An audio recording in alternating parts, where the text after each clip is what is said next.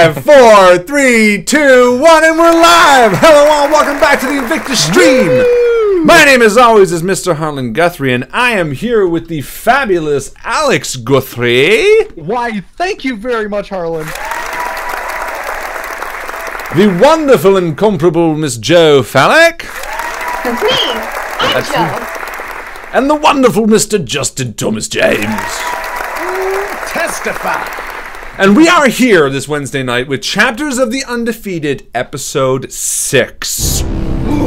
Is it Episode 6 already? We are there already, that's right. We have spent the last 5 episodes, getting to this point. It has been such a whirlwind. We've had a succubus, we've had a really unfair blacksmith, and sort of unhelpful fairies, because he didn't come with us in the end. And if you are just starting at this episode, you go back and you watch the first 5 episodes, because there's so much fun to be had. A huge round of applause, first and foremost, to Jo for running this fantastic campaign.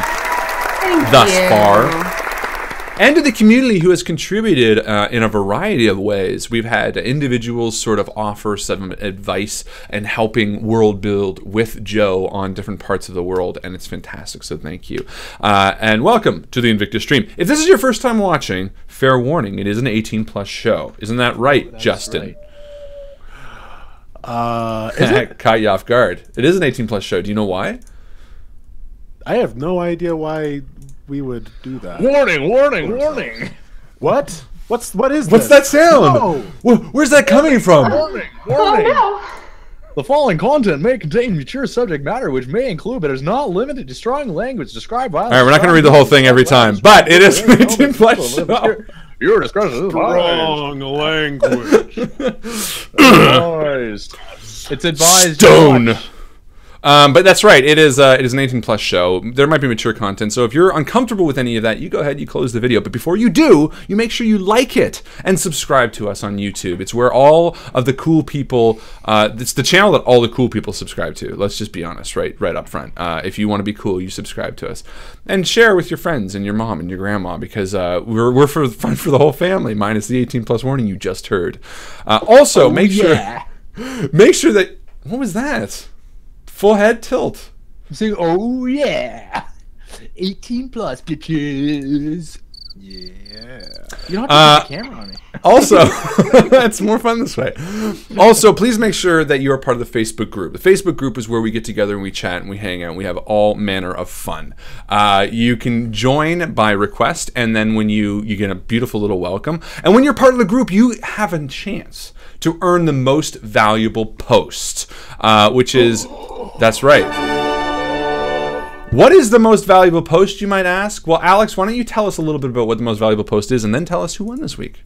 The most valuable post is a simple idea, and it involves people posting on our Facebook page the most valuable post of that week. It's very simple. This week, the most valuable post goes to David Johns. You did too quick. His idea of GM, the D&D monk, and blah blah blah. He wants help from the community, so that's awesome. Really thumbs up. Now, and I did want to also add an honorable mention to a close first, I should say close second, William Miller with his idea for the ancient D&D. So maybe we'll just do an extra little something there for you. Oh, really? You get like 25% of an XP. No, but David. Let me just mark that down. 25%. 3 more of those and you're good for a whole XP. No, but well done, David, and William, for having a good comment as well, a good idea as well. David's was a really good post too. Anything that sort of involves the community and throwing it to you guys and saying, oh, hey, what do you guys think? And David John's post really exemplified that. So well done, buddy. Good job. It is, of course, Wednesday night. We do this every Wednesday, if you don't know that. Next week, we're going to be doing another Chapters of the Undefeated, so hold on to your butts. Might be a cliffhanger tonight. And then afterwards, we're going to be doing a new one-shot series, so stay tuned for more information about that. What else do we talk about at the opening? Is that it? Can we start the game now? I think that's it. When you said cliffhanger, I just got this picture of Sylvester Stallone. It's gonna be a literal cliffhanger. Take my hand. Oh my god, what is happening? Yo, I have something to say. It's the Stallone stream. What do you have to say? What do you have to say, Tranquilizers Justin? just kicked in. Tell us what you got to say, Justin. Alright, well, I just want to say that everybody who's taking part in the community stream, hey, you're doing a great job, eh? You're doing a really good job. You're writing your characters in cool. We had a bit of an undead attack on Hex this week, and things kind of got a little crazy. So, good job fighting back those undead shamblers, if you know what I mean. All right, well, that's all I wanted to say. Join the Undefeated if you haven't yet. There'll be a post in the description. Back to you, Stallone. I think the steroids are wearing off. That's right. And please post your best Stallone face in the Discord chat tonight. We're starting a new reward system this week. At the beginning of every stream, we're going to ask you a question. It's going to be like, post your best impression of this, post your best take on a character name, post your best whatever. And then the winner will get another XP. So post your best Stallone face. Whatever you can kind of do to get your best sort of Stallone face. In the Discord chat, and the winner will win an experience point. So there you go, best Stallone face tonight. That's a new thing. I did not sign off on this.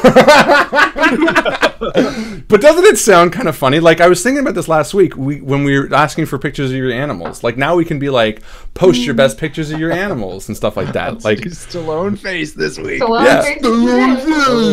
Stallone face this week. Next week, I'll literally throw it to somebody else to be like, what's this If week's? you don't know what a Stallone face is, just give it a go. Yeah, just give it. Just go for it. You're probably gonna win if that's all you do. But you know how he's like, you kind of. No, I don't. Do you know who Sylvester Stallone is?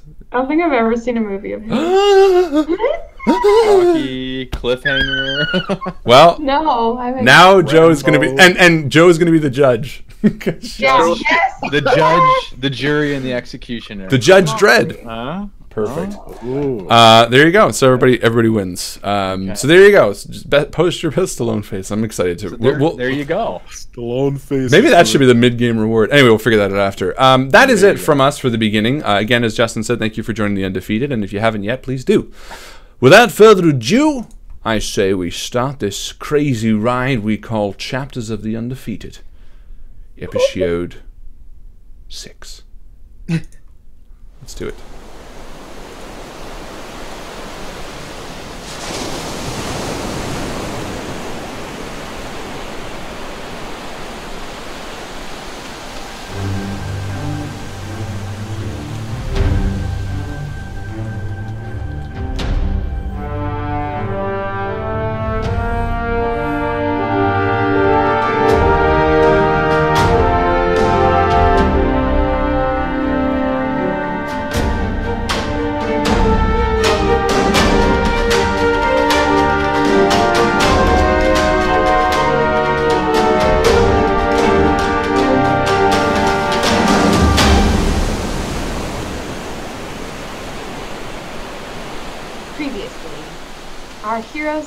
Out and vanquished the succubus who was posing as the captain of the guard in Zoanth, made reparations between the Fae and the farmers, and agreed to travel to the capital of Duluth County, Orjak, on behalf of Mayor Leslie.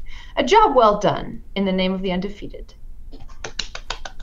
The party battled a gang of bandits and made their way into the town of Salisal. After enjoying a meal and a drink of excellent ale at the red-themed tavern, King Roscoe's Courage, the party made their way upstairs to some comfortable chambers where they slept in comfort. Tados and Graham, you've shared a room together, and Leah and Quintus are in an adjoining chamber. In the middle of the night, the quiet and stillness is broken by a noise. I'd like everyone to please roll perception. Huh? Rolling perception. Graham has a 15. 20. I have a 20.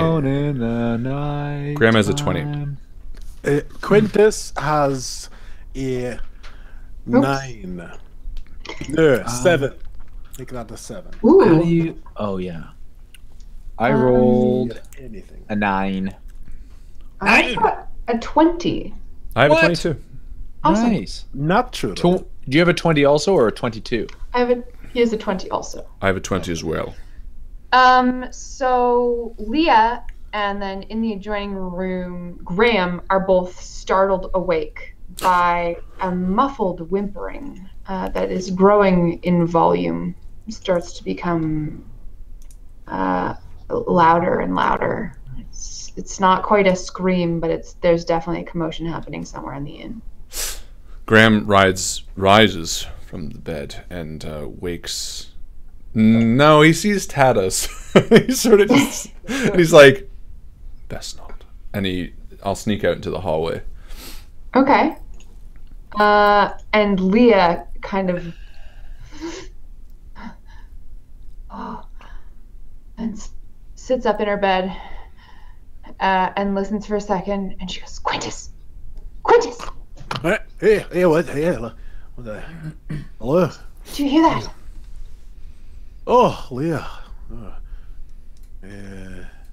Aye, is that someone crying? It sounds like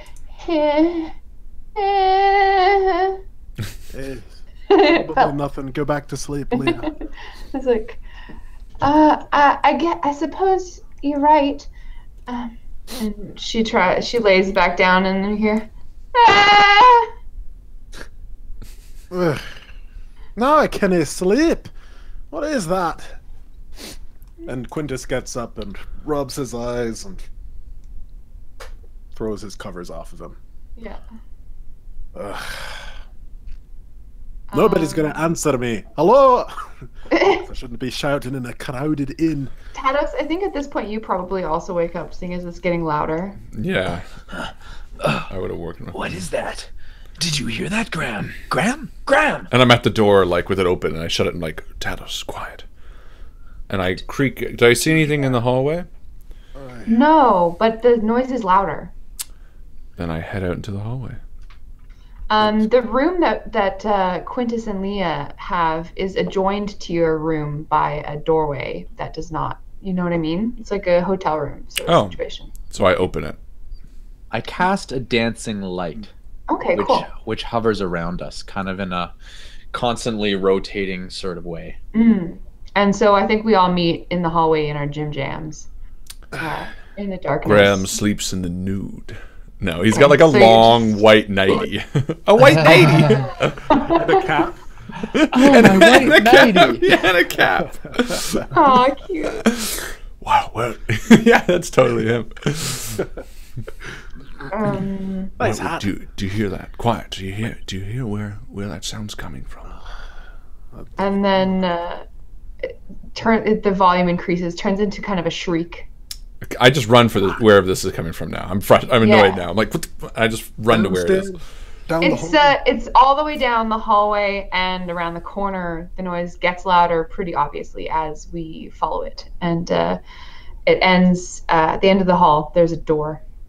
Now, is this at the end of the hall towards maybe the downstairs? Or is it It is at the away hall? from the downstairs. So going into more of the top. Okay. I'm imagining that this big tavern that we enjoyed a meal in last night is like a big open tap room at the bottom, and then along the one side that's kind of adjacent to the bar, there's a huge staircase that goes up, and then there's sort of a balcony that runs all the perimeter of the room, and then there are rooms leading off of that balcony. Those are the places where the guests can sleep. That's like how I imagined it. So cool. This door is at the very end of the way. So we're all rushing, all the four of us. We're rushing. Let's go to door. I go to door and I knock on door.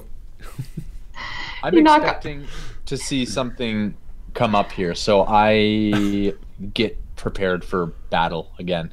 Okay, what does that look like? I guess it's more of a mental preparation. I'm recalling spells. I'm waking myself up. I'm like, yeah, pretty much. Like, did you bring your staff with you?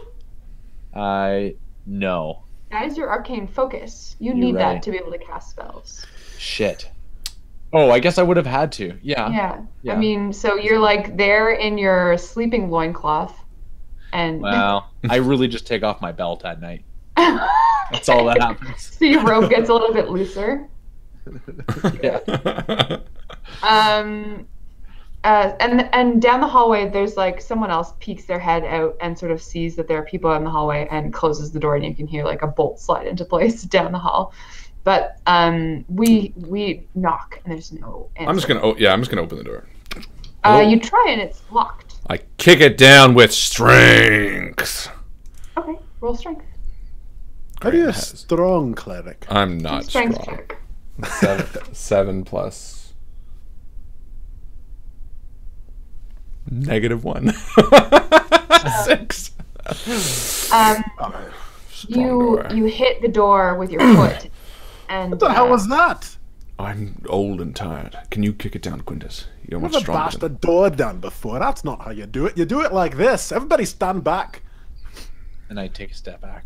Yeah, And we also I take do. a step back and I brace myself against the other wall and I lunge myself forward and barrel into it with my forehead. Do it. Your forehead? I'll take a step back, and then we take another step back, and we leave and never come back to this inn. I thought he was gonna kick it. Take He damage said for first. doorhead. Roll, Justin. All right. That's how the dwarves do it. You're not a dwarf, are you? What'd you do? Hey, you I'll said the take doors. that back. Did I totally? And I hit- Yours I is hit worse the than door. mine. Actually, it's better. I got the 7. Oh, really? Well, yeah. Yeah. Okay. Wait, I'm am I? It's just strength, then, eh? yeah. It's just a Alright. strength check. All right, then. Yeah. I'm going to roll the failure forward and say that we do get through the door, but it takes a little bit of time, and we also. Well, after he fuck up. bashes his head and doesn't do any better than me, I kind of give him the look and say, Hey, "Is that how you open a door?" it's early. That was the best I could think of. Well, you I and guess me the both. foot is better. Let's do our feet together. Let's do it 1, together, 2, and we put 3. our hands over each other and kick it in. Aw, that's fun. So we break the door a lot, and by the time we get into this room, The innkeeper has the key ready, and he's like, "Okay." what are you doing? You owe me 45 gold.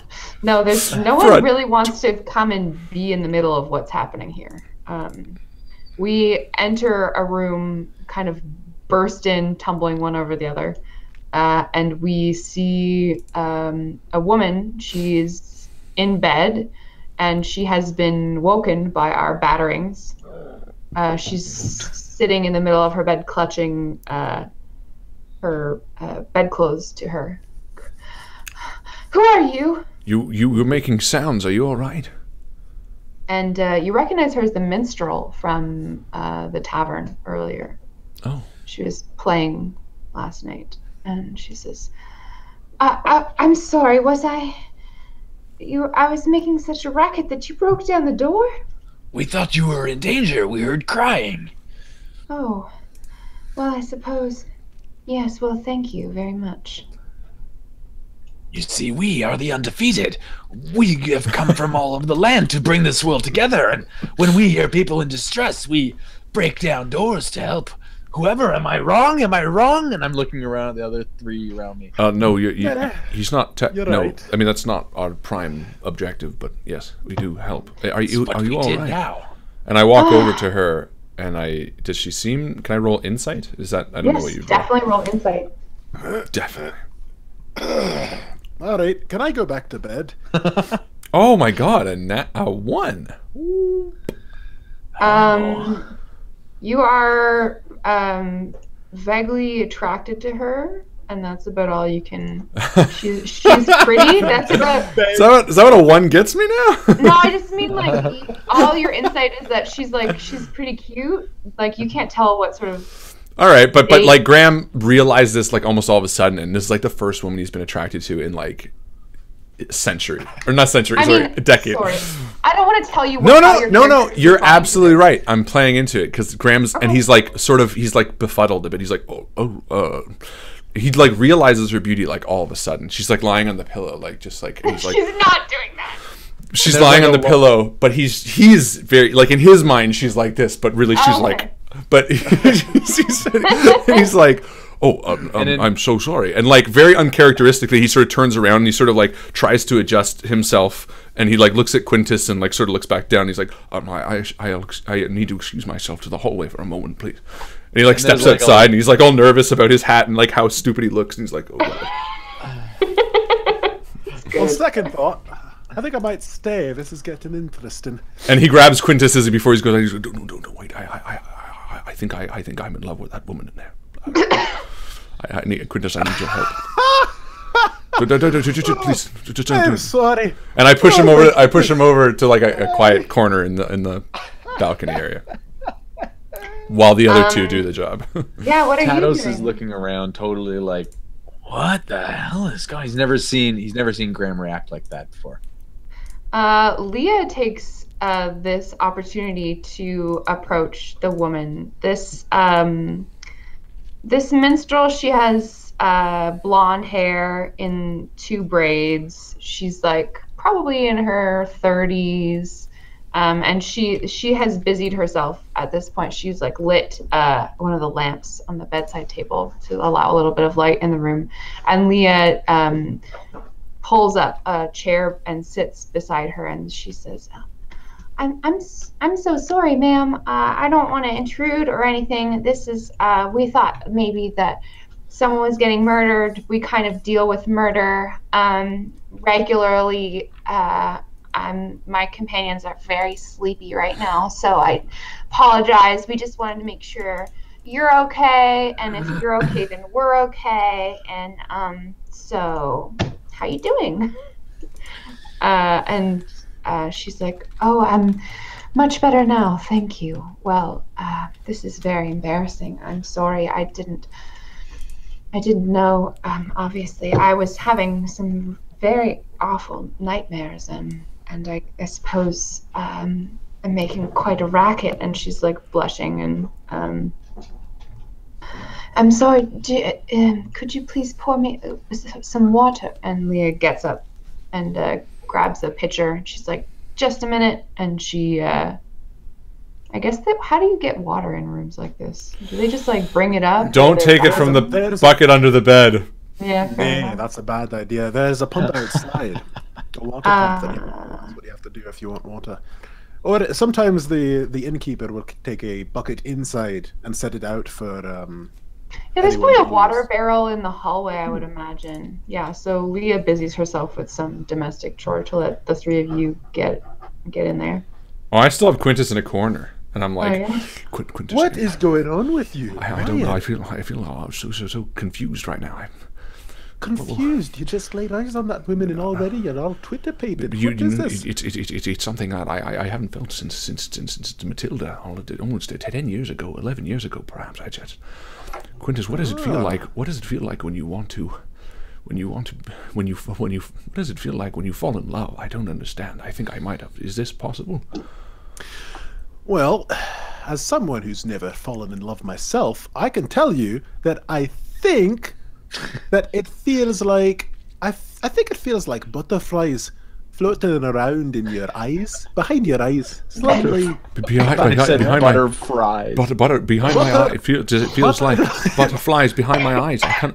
It feels like I have this well in my stomach, my throat. I can't quite speak, and I feel like my head is spinning, and I feel like I want to go back in there and lie next to her. Is that weird? Should I not do that? I don't think I should do that. It'd be weird, right? Well, I wouldn't do that based on. Well, what if I touched her hair? Scared. What if I perhaps needed to I could talk to her? Actually, Graham, no, I don't think that's a good idea. I think that maybe you should cool off a little bit, gather your wits. Yes, cool off. Yes, Alistair's. Yes. You've got to play it cool. If you've got the thing for this girl, you've got to learn to, well, get hold of these feelings, not let them control you. Because if you go in there like a babbling monkey, whatever a monkey is, and you start feeling her up and grabbing her hair, she's gonna think, oh my goodness, this person's a baboon, whatever a baboon is. Tados, what are you doing during all of this time? Leah's excused herself. The other two are in the hallway having like a bro talk. You're just like hanging out like this demon's in her room, like I want to hear what Tados thinks love feels like. Oh, well, he's not there. Did you follow them out as well? No. What are you doing? I was standing in the room as Graham left and Quintus left and Leah left, And I got really awkward and fidgeted for a second with my fingers, and then started looking around the room and making very objective comments about the pictures. Yes, this one is about a picture of a field. Yes, it Oh, is. and look at this is a picture of a house.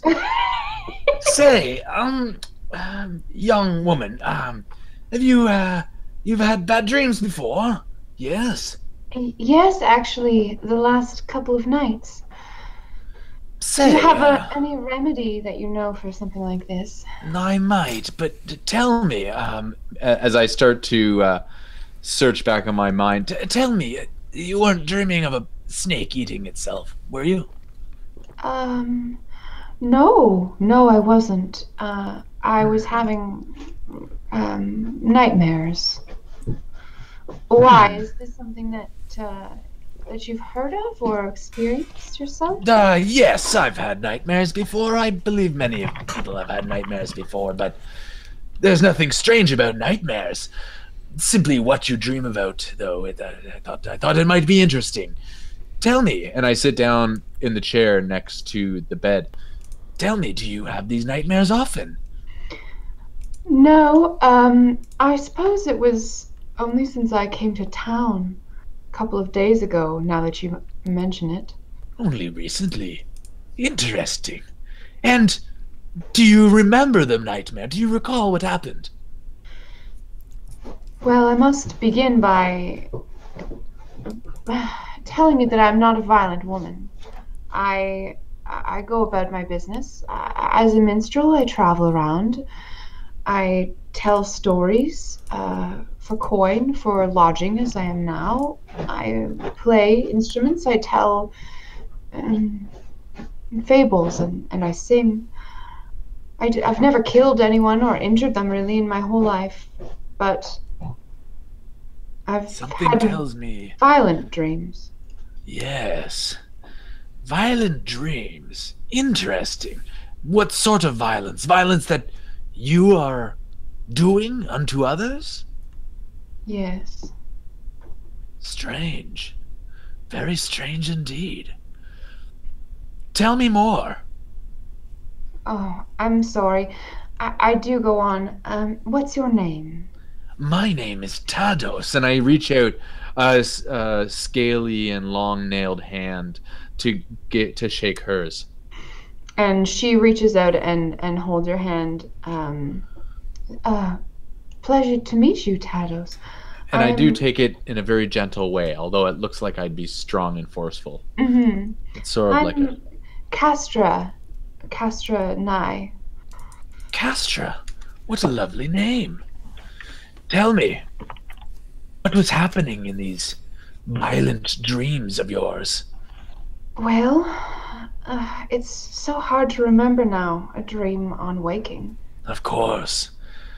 Don't worry about yourself. Let me bring my colleagues back in. Perhaps they will be able to settle your nerves a bit. Certainly. Gentlemen, and I step outside and as you do, Graham is like, but playing it cool. What do you mean that I can't carry Alistair's fire with me? Do I need to extinguish the fire? Do women not like religion? Hey, you just need to stop thinking about it. How can I stop thinking about it? I haven't stopped. Tadders, thank goodness. Graham here's a wreck. No, not at all. And I sort of try to be prim and proper, and like I sort of shoot Quintus like an odd look, sort of like just between us, and he turns back. No, it's completely fine. I completely I am okay right now. Hey, you'll be fine. And Tados, with a very slight movement of his hand, he I'd like to cast Charm Person on Graham. Sure. If you want to keep it discreet from everyone else that you're casting a spell, you will have to make a sleight of hand check. Okay. So I'm gonna roll my die. Or stealth, whatever you prefer. What do I roll to counter, or what's the thing with Charm? I'm gonna tell you in 1 second. So. Okay. Okay. If he So succeeds to charm you. I may not Okay. have succeeded with the sleight of hand because I rolled a. What you said, sleight of hand or? Or stealth, whatever you prefer. Oh yeah, they're both the same. So I rolled a 5. Now, but it's not like I'm trying to do this on an enemy, so whether they see or not, I don't really care. I was more so referring for everyone else in the room to have seen what Yeah. you're doing. If Harlan is if Graham is charmed by this, it'll be irrelevant. I just want to know if, if Castra and if Leah and everyone saw what happened. Okay, and so Harlan, you must make. Graham, you must make a wisdom saving throw All right. against. If I have this right, a 13. That's correct. Excellent. Hey, look at you! Getting Alex! So I rolled a 3, so 8. No. So I'm charmed. Wow, yeah. You're charmed. So like all of a sudden, as Graham's like, Why don't you read the text of the charm spell just so that we know how that operates and Harlan can act appropriately? You attempt to charm a humanoid you can see within range. You make a wisdom check. Blah blah blah. If it fails, it is charmed by you until the spell ends, or until you or your companions do anything harmful to it. The charmed creature regards you as a friendly acquaintance. When the spell ends, the creature knows it was charmed by you. So Graham now regards you as a friendly acquaintance is the result of that. as opposed to before. I don't know. Well, and here's where I was hoping to have a little bit of flexibility. with Okay, And propose. I was gonna do it more of like to calm his nerves, to bring him back to his normal self when he's obviously this bumbling in love fool. I think that's up to Harlan and you about how you want to. Yeah, let's do it. I like it. So Graham sort of just like glazes over all of a sudden, like his eyes just kind of shift up. Graham. Yes. Graham. Yes. Yes. Graham. Yes. Look at me. Yeah. We found the woman. You remember the woman Yes, of course. in the bed? Yes. Yes. Yes. Like You are much calmer now. Let's talk to her. Yes, of course. I can see clearly now. Thank you, Tados. And Graham steps out of the group with a massive erection. He just like he's like thank you, but like his nightie, it just has like a tent sticking out of it, and it's like glaringly obvious. Oh my god! I'm 1,000% saying that's legit. That actually happens, and you see it. And he's Can I like, roll a perception check? Oh, I see it too. I No, assume we don't so. need a perception check for that. Poor Leah's like at the end of the hall, like eye level. She's like, ah! Yeah, Leah comes running up with a jug of water and gets poked in her eye. Ow! What the fuck? But I literally have an erection, and Quintus, I'm assuming you see it. Yeah, no, I'm good. And I begin walking towards the room. Quickly. As you walk into the room, I just What? grab Yeah. something like a pillow off the side and I Okay. stick it in your hands. And you like put it in my hands, and I realize, and I'm like, oh yes, yeah. And he sort of like turns awkwardly, and sort of like turns halfway too. I'm surprised. Yes, me too. Good morning. Yes, good morning, ma'am. Yes. Is there anything further I can do for you? No. Well, we had some questions. Yes. Tados, continue a little line of questioning if you don't mind. Tados, Graham, what I was asking her was about her nightmares, and you are always so helpful, Graham. And I kind of look at him and I Right. give Yeah. him a look like, Graham, Yes, you're no. always so good with questioning Right. people. Right. Yes, apologies. out their most- Tados, you mentioned I overheard that you were having a dream and that you'd come here and that you were working for room and board on your minstrel duties, but I missed the tail end of what you were saying to my friend here. Yes. Just which friend was that? Tados, I missed what you were saying. Not this little. No. My friend over there, Tados. I'm sorry. I was just explaining to Mr. Tados here that as a minstrel, I travel throughout the countryside and have been in the town of this town that we are currently in. The town we all know is Salisol. yeah, and I cut her off and I say to Graham, Yes, but she's been having dreams, nightmares, violent nightmares where she is violent. I'm wondering right. if this has anything What to was do the with last dream that rapture. you had? Oh, well, it's hard to remember the dreams when I wake, but I'm left with a feeling helplessness. I dream that I'm hurting people. Are you taking... Do you understand what form you take in this dream? Are you a human? Are you a creature, a beast of some sort? Oh, I'm myself. And the victims, are they young, old? Do you remember anything of your latest dream? Please, anything you could remember would be very helpful. Yes, these are strangers. These are people I love. These are circumstances that I have lived through. These I remember the dream that I just awoke from, that you woke me from. Please tell us. From my childhood, a memory where I was playing with my brother in the stream. This memory is mundane. The two of us merely spend a pleasant afternoon together in the summertime, catching frogs and the like. But in this dream, I found a rock in the stream bed, and I murdered him with it. Your brother? Yes. Is your brother alive? He is. Well, Is I mean... he here in this town? No, I come from far away.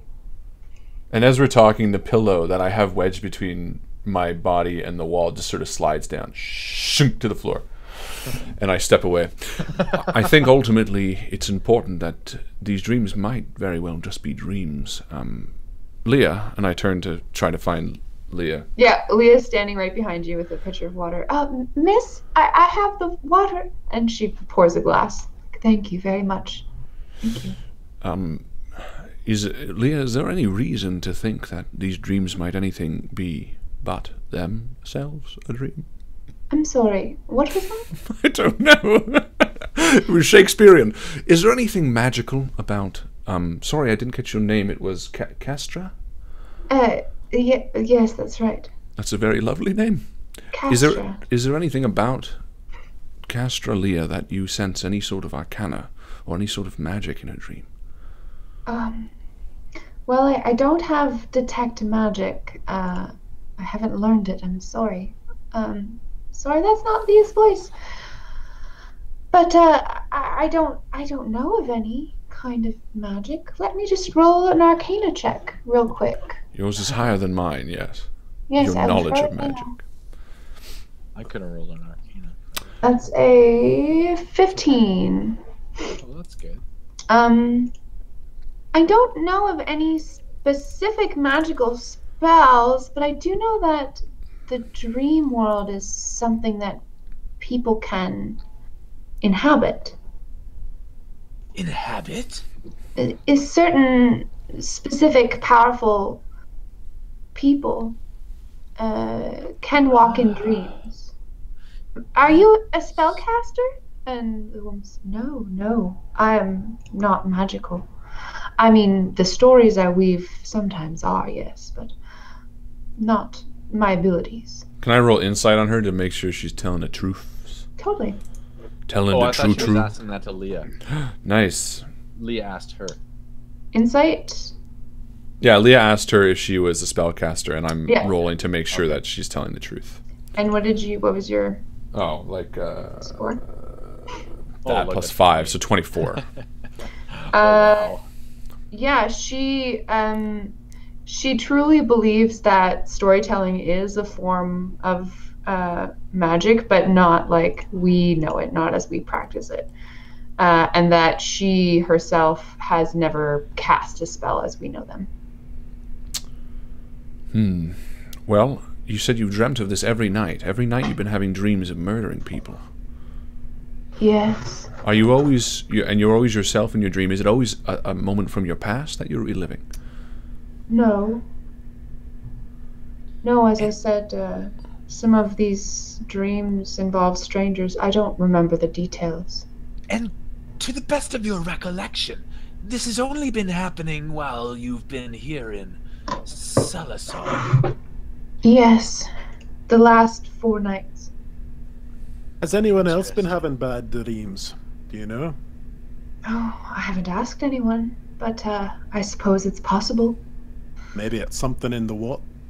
Maybe I'm about to say water, and I see her taking a sip of hers. As she's like, maybe it's something in the dream world. Sometimes. Is there anything odd since you've come to Salazar, this town, that's different than your previous stops? Have you consumed any new foods or new drink? Anything out of place? Well, I mean, it's hard to be one as well traveled as I without consuming new food and drink wherever you go, but nothing out of the ordinary, especially. No, I don't think so. No?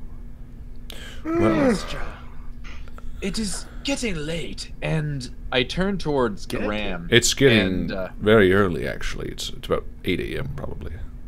It's not 8 a.m. It's at 5 or something. It's 4 or 5 in the morning. Oh, okay, sorry. And I snap my fingers. This is when I start my prayer. And I snap my fingers at Graham. And this is when the charm. And at first he's kind of like, I don't understand why you're... And then his eyes flash back to Kestra.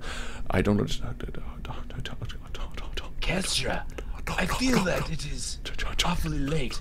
Perhaps we can meet you in the tavern downstairs at first daylight for some breakfast and further conversation. I would happily buy breakfast for myself if you'd like to eat something from my plate. I could buy you breakfast as well if you'd like to do something. And he picks up the pillow and walks to the wall again. I would happily buy something if you'd like to join us. I think it'd be great if we would. Breakfast would be delicious if you'd like that. Thank you all for your assistance this evening. Yeah, I did nothing but bust the door. And you did a good job of it, I can see. I sure did. Just to clarify that, yes to breakfast. Would you like? Was that a yes? I think you said yeah. I will be downstairs. That's perfect. Then I will. All right, Graham. Time for you to get some more sleep. I'm exhausted. Is the door? We'll see you in breakfast. Good. Is the door off its hinges, or is it just? It's pretty fucked up. So as they leave, I lift up the door and and Graham's head comes in just at the little before it's complete. Breakfast. And clunk. And then I somehow ease it open again, and I say, "Good night," and I shut the door and gently walk away. And Graham sort of pretends that he played it really cool, and he's like, she seems like a pretty remarkable person, if I do say so myself. Graham. Well, that's not. Well, Graham. I'll share very knowing looks. That's I don't. I respected her talents. Her talent. I respected her the things that she seemed. Let's go to bed. Well, it's just about time for my workout. Does anybody feel like going for a run? No, but I think I might visit the church and pray off. I'm going to head to bed. And he walks back to the bedroom. Sorry. I start to walk into the bedroom, and I realize that maybe I will give you some privacy, Graham. Quintus, shall I come for a run with you? If you can keep up with me. Let me get my belt. And I grab my belt from in the room and I put it on. And I begin to jog. Are you doing some stretches, some awkward stretches? So stretching your tail? Yeah. Leah's like, I'm gonna go prepare my spells. You guys enjoy yourself. Halfling legs, not gonna keep up. Have fun. So she shuts herself in the room, and the two of you enter out into the town, I guess. So there's a pale dawn breaking over the town of Salazar. Don't brisk. you just love it? The morning fresh air ain't no air fresher, especially in a town like this. Yes. Dew on the morn. Say, Quintus, as I Aye. stretch my tail and my back hind legs, which are like a dog's. What do you call that? Where like That's the name for sure. yeah. Anyways, Haunches? that's my legs are like that. Dog leg. You have dog leg. I guess so. And as I begin stretching and we start our run, I ask you, So, I believe there must be something in this town causing that person to have nightmares. I wonder, before we leave tomorrow, we should check with the others, with people in the town, maybe in just our tavern, to see if there are others having nightmares. I do agree with you. I think it's strange that that's what it started when she came to this town. You didn't have any dreams last night, did you? I sure didn't. No, I didn't. You did all right there. Yes, of course. I this cools me down. You know, I never realized how long your tongue was. That's at least 6 or 7 inches. It's because I'm damned. Yeah. and You're giving Graham a run for his money. Oh, you're a good Quintus. And with that, So the two of you run a couple of circuits through the main sort of market area of this town. You can hear the burbling of the river that runs alongside the town beside the road that we came in on. You pass a number of horse-drawn carts on the roads, a lot of like very pleasant morning to you. morning. How's been eaten? Where are you coming from? Some roosters crowing, bell tolls in the distance. Another one closer to you answers it. People are waking up. There's like, it's not quite like Beauty and the Beast. Bonjour. Yeah, but something like that. Yeah, and Graham's lying in bed, and he tries to shut his eyes, and after like 30 seconds, he sits up and he walks to Leah's door. And she says, "Come in." And he opens it. And he's fully dressed now. A thought occurred to me while I was lying in bed after speaking with Castra. Also, do you think maybe she liked me? That's neither here nor there.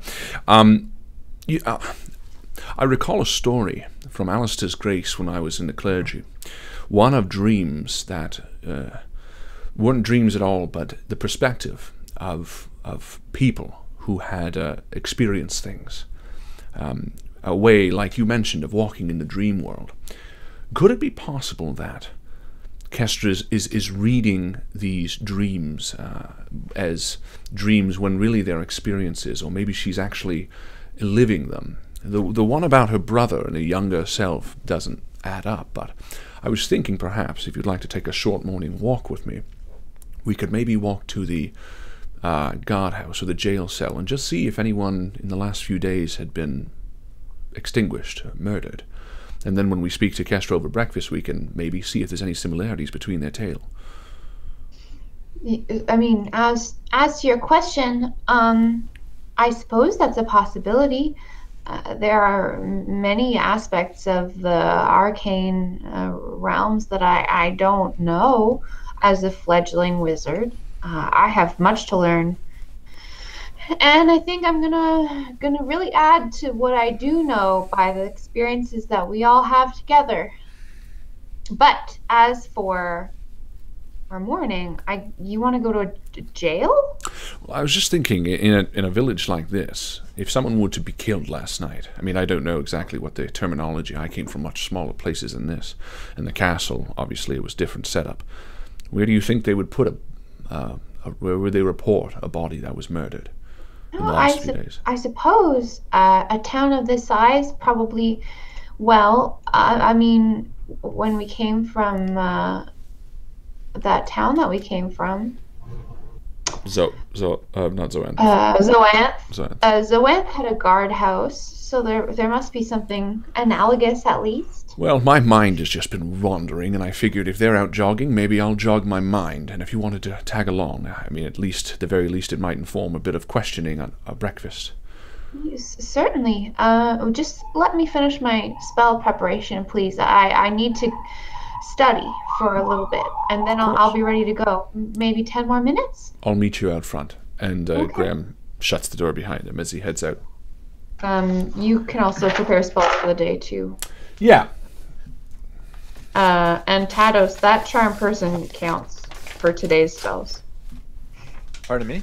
The charm person that you used counts for Counts today's for spells. one of my slots. Yeah. Wasted one of your spell slots, dude.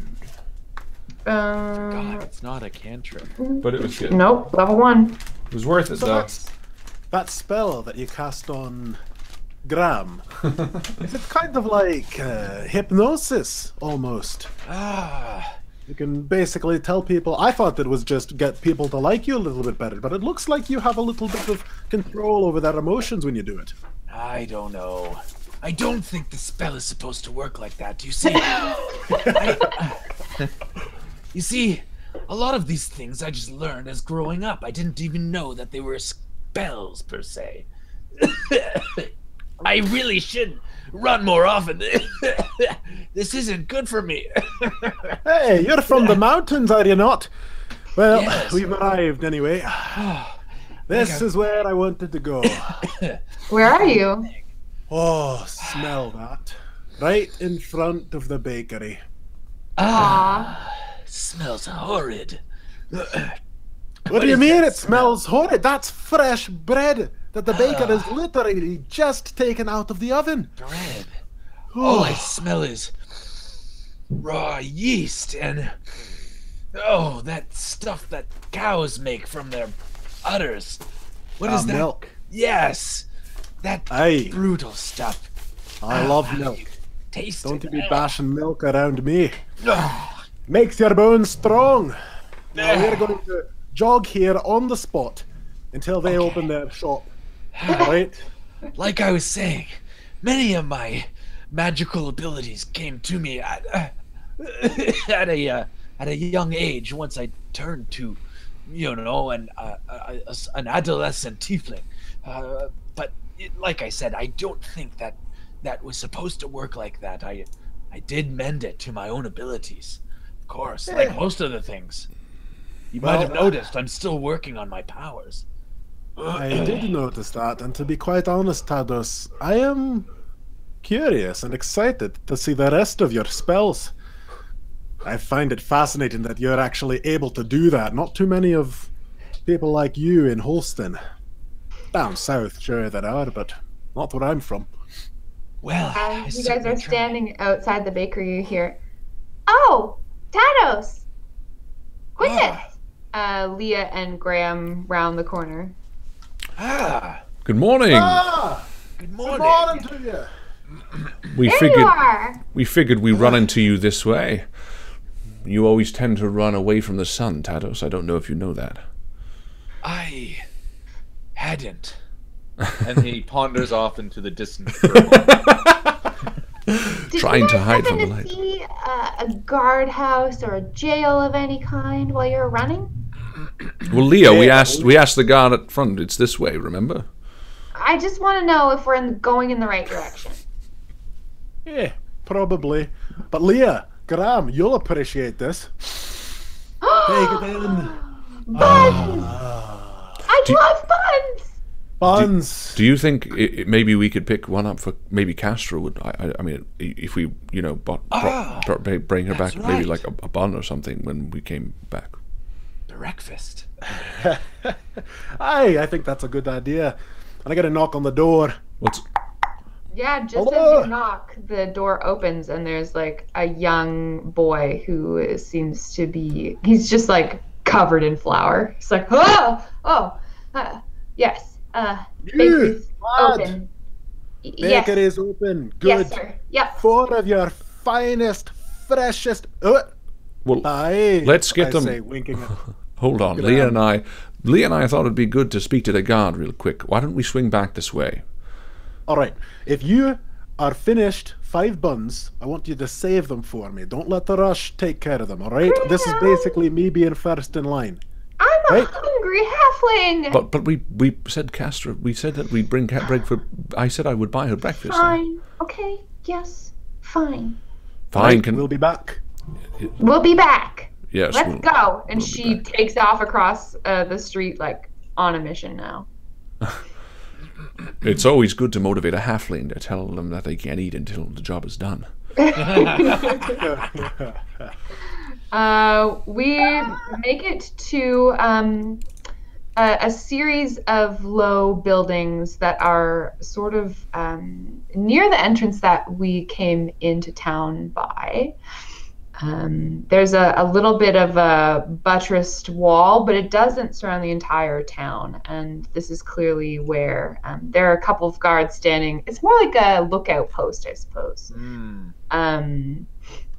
There are a number of people on the battlements or the lookout area. And then the lower buildings, there are a couple of lanterns lit. And as we approach, a few of them go off as the sun is coming up. And there are two guards standing outside. One of them's smoking from a pipe. And they both look pretty tired. Fancy guards. And I walk up and I say, greetings, Richard. My name is Graham. How did you know? All guards are named Richard. Can we just make that like a turn, like how detectives are dicks? Can like guards be called Richards? Yeah, that's it. Perfect. That's In chapters of the Undefeated, guards are called Richards. Correct. As well. Richards. Richard is also Dick. You both done well. Good job, Richards. Greetings. I just had a question. Last night, we'd just arrived in a town and we're on our way from Zoanth. We were wondering if you've had any murders in the past few days. Murders in the past few days. Who's asking? Graham Herwood from Vale. Well, Graham, it's interesting that you ask. I see you're a man of the cloth. Yes, I am a follower of Alistair's Light. We have had a number of violent events, yes. Really? Days. We have. My ears perk up. Violent? Just let him finish. Violent. Really? Violent? That's why. Quintus is pretty much the same. Yeah, as Graham is. Just like so excited by little things. What? Tell me all about this violence. But seriously, could you tell us all about in the last 4 days? 4? In the last 4 days, well, yes, I suppose I could. You're not from around here, I guess. You don't get the news. No. So, Where Is from there the a news? Everybody just let him finish, and then we'll do all the comments. I want to hear that. I really want to hear what this is. we have had a murder in the past 4 days, yes. And we've had a couple of barroom brawls, uncommon for Salisal. We're a peaceful town, you understand, but... What was the reason behind these brawls? Oh, people had various reasons. There's one in the drunk tank right now. You know, jealousy, old debts, family feuds, that sort of thing. Any resulting in any deaths? There was one murder, yes. What were the circumstances around that murder? There was some accused theft. Turned out to be all for nothing. And the murderer was caught then? Yes. And just out of curiosity, where were they murdered? Were they murdered in an alleyway, in their home? They were murdered down by Central Exchange. The Central Exchange. And the The body trading was... post. The trading post, okay. Yes. All right. Well, I appreciate that. The victim was male, female? Victim was male. And how old? Oh, I suppose he was 40. Okay. Very unlikely that this is the circumstances, but I would Quintus get... is a little exasperated. Sorry. Tell me, Guard Richard, doth thou have nightmares? And He says with his beady eyes and horns. Doth thou right have close. nightmares? That's my favorite quote in this entire campaign so far. Doth thou have nightmares? That's good. The one guard that you're talking to shake his head. No, I sleep well. But the other guard goes, yes, I do actually. Fuck. Good call. How long? Shit. Well, I suppose I've always been an unrestful sleeper, but it's been particularly bad the past couple of months. Past couple of months, and you've always lived here in. What the fuck is this town's name? Salasol. This is Salasol, and I was born Salasol. here, proudly.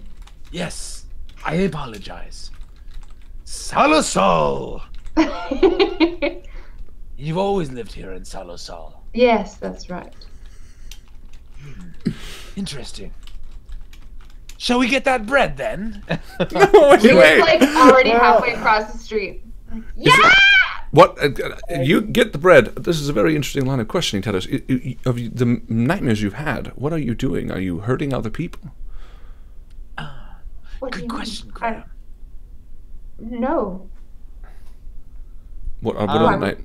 Why would you suggest such a thing? We've ran into a couple of people since arriving here that have had similar nightmares about hurting people, and we were just curious if it was a common theme amongst the people of this town. Was there any commonality between your dreams?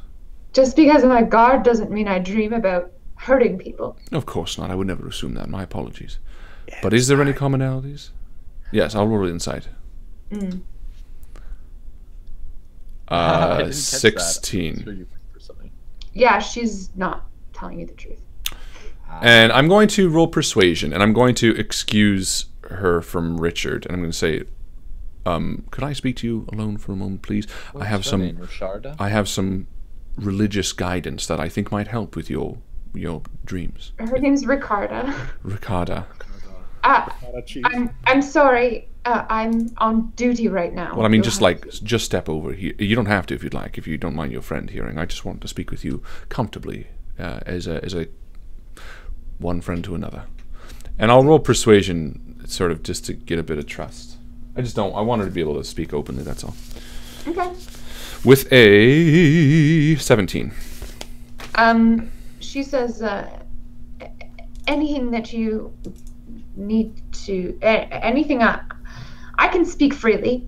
Okay. I'm my own person. Of course you are. Of course you are. I understand that there's a hesitancy in sharing these dreams. They can be scary. They're called nightmares for a reason. I myself was stricken with nightmares for many years of my life as a young boy. But please understand that any information you share with me, and as honest and truthful as you can keep, it can only help us with saving you from these dreams and letting you sleep more comfortably and rest more easily. Do you want me to roll persuasion again, or can I use the 17 again? No. Yeah, okay. I'm just carrying that forward. Perfect. Well, yes, they have been violent dreams. I suppose that's the nature of nightmares. Yes, of course. And in these nightmares of violence, you were attacking someone. Yes.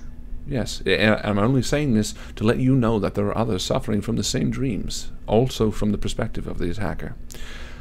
In your dreams, was there anyone that you might recognize, or was there anyone from this town? Was there any connection in them whatsoever? As much detail as you can provide, it can only help us, again, ail you of these. Oh, let me think. Last one I had was... I suppose it was a couple of days ago. I kicked a dog to death. Am I still standing there? Wow. You are fucking going to hell. It's like, you were the one who said that there was no judgment. I'm terrible for you to have to experience. I'm sorry. And do you remember the circumstances of where this might have happened? Was it a familiar territory that you were in? I don't. I'm sorry. I don't remember. No, of course. And I comfort her in whatever way I would roll. Do I need to roll? What does that mean? I reach out tentatively and I and I go to sort of wait for her Pat to be like, her awkwardly. no, I would hold her shoulder and sort of like a half hug, you know. I don't want She to. kind of bristles at your touch. Which is why I would not touch her. I would like reach, and when she sort of, then I would respect. But you also don't want to be like, is it okay if I touch? I know you. Is it okay first? I don't know. Maybe that's the way that you do your administrations. You're a cleric. Yeah. Oh. You probably had to console a lot of people. Yeah. Well, that's exactly how he would do it. He would sort of just naturally go for it, and when they shrug off, he would respect it and pull back immediately. Yeah. I understand that must have been very hard for you, and if you don't recognize any of the territory, then that's fair. And then he sort of tries to meet her gaze, which I'm assuming would be diverted in some way, and just says, I want you to know that again, we completely sympathize with these nightmares, and we're looking for the commonality in all the people that have to experience these, and we're going to look to solve them. So hopefully you'll be able to sleep easy. It's just a nightmare, so thank you. Is there anything else that we can do for you? Ricarda, and I'll roll persuasion again, because I want her to really trust us. Please, if there's anything else that you might have that could help us in any way, shape, or form, no matter how hard it might be to share with us, please consider doing so. With 9. I have a question. Oh, that was still your persuasion. Yeah, but Go on. Botched. One last question, Ricarda. The dog that you kicked to death. I know it must be painful. It was only a nightmare. It was only a nightmare. Yes. But tell me, did you know the dog? No, it was a stray. And it was not a stray you'd seen before. No, I believe in the dream it was following me around, a hungry animal, and I turned on it. Okay. Thank you for your time, Ricarda. Graham, are you done with your questioning? I think we've asked enough of poor Ricarda. And she seems obviously pretty She's kind of like, I think she's, well, I mean, she seems angry to you guys. Ricarda. She's angry at us? Hmm? Oh. Just remember this. Sometimes talking about it makes it easier. And I turn and leave. And I say I apologize if we overstepped our bounds. We just want to help. And I leave as well. And see Quintus, who's like frustratingly bored, and I'm like, Quintus, I think we can get some bakery now, baked goods. Hey, well, it's about bloody time. Just trying to do our job. Ricarda. Is it our job to ask people about their dreams? I didn't think it was. I thought our job was to kill goblins and succubuses. Our job is to be everything to these people that we can be, and you know that, Quintus. Ugh, but I'm not a It takes level-headedness, patience. Oh, cargo! We need to get back for breakfast with Castra. And he runs past you and like knocks you as he runs towards the bakery. Level-headedness, my arse. Leah's already standing outside with her little arms full of buns and pastries, and she's got a baguette. You're really leaning into the cliche. Nice. She's really into baked goods. But who isn't? Well, did you get all of the order? Look at all this stuff! Quintus! I know that you don't have to yell. I can see it. Here, let me take some. I'm gonna drop one! No, don't you dare. Don't you dare, Leah. Hey, hold on to it. She like tosses you a cinnamon bun. Ooh, this is nice. Toss you a cinnamon bun. And we make our way back to the inn, I presume? Oh my god. Paul just did a little drawing of Tados, and it's extremely good. We have a breakfast date with Castra. A date? Do you think she knows it's a date? Is it a date? Quintus, did she make the impression to you that it was a date? Oh, you have to try this. Oh, absolutely delicious, Graham. Oh, here, eat it. Try a little. No, I'm not. No, I'm not. Sorry. No, I'm just stop. Listen, I'm trying to ask you a question. If she thinks this is a date, should I dress differently? I've worn these clothes literally every day. I think that you should get yourself a nice, fine suit. Spend all your earnings a suit. What, on suit? a very nice suit. Gold plate mail or armor or what type of? No, not plate mail. No, something with frills and fluffs. Frills and fluffs. What's Pink. gold, Pink and gold. tight shoes that you can't fit into. Tight shoes that I can't. Why would I wear shoes I can't? No, Dan. You're Do making it anyway. You Come make on. me all. No, it's just silliness. And he grabs 2 of the buns and heads up ahead and back to the blue shield. Is that the one we were saying it?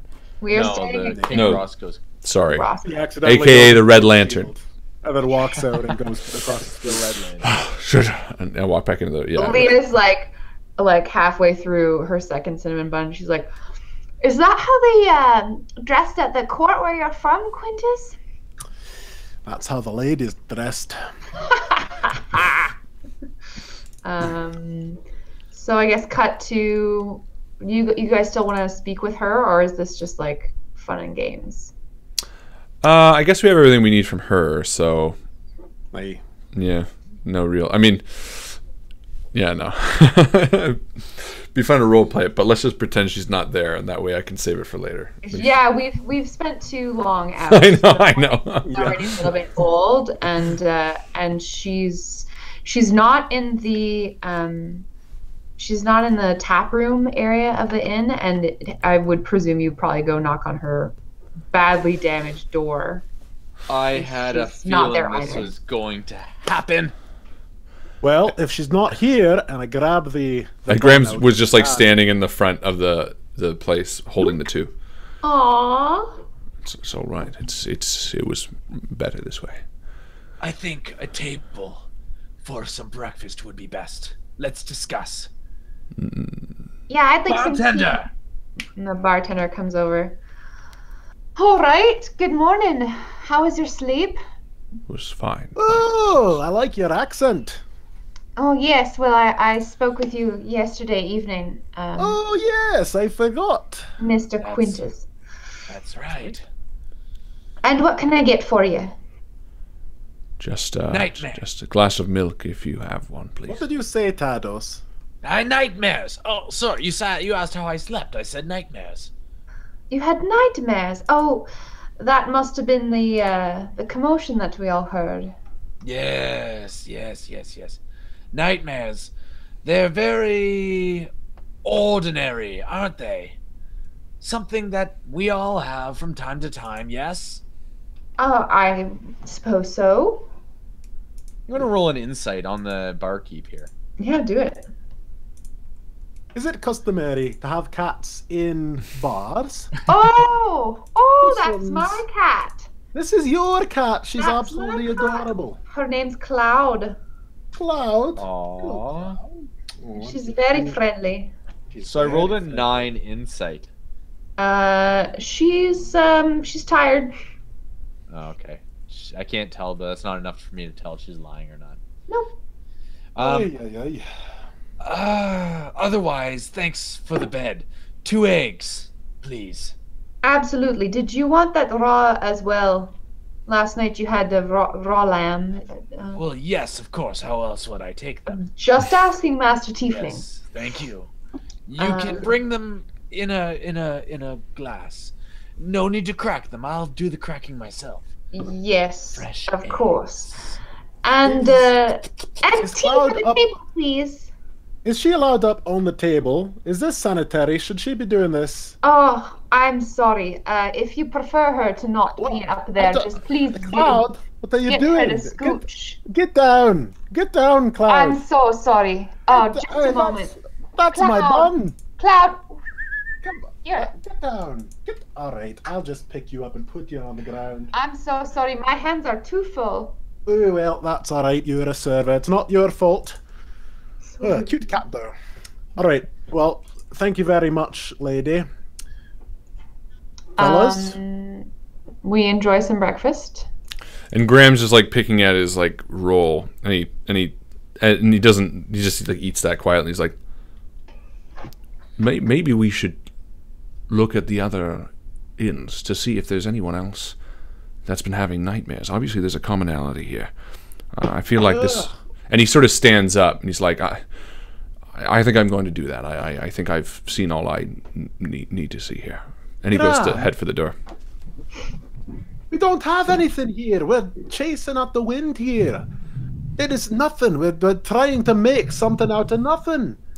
Sure, people have nightmares, but there are people being hacked to bits by goblins and bugbears. You think that maybe we should go and take care of those problems before we start being people's psychoanalysts? Whatever that is. Maybe you're right. Well, look, you've just ordered your food. Let me at least speak to the next tavern. It's just beside us, and if no one in there has had any nightmares, then fair enough. We'll move on to the next town. And Graham excuses himself. Yeah.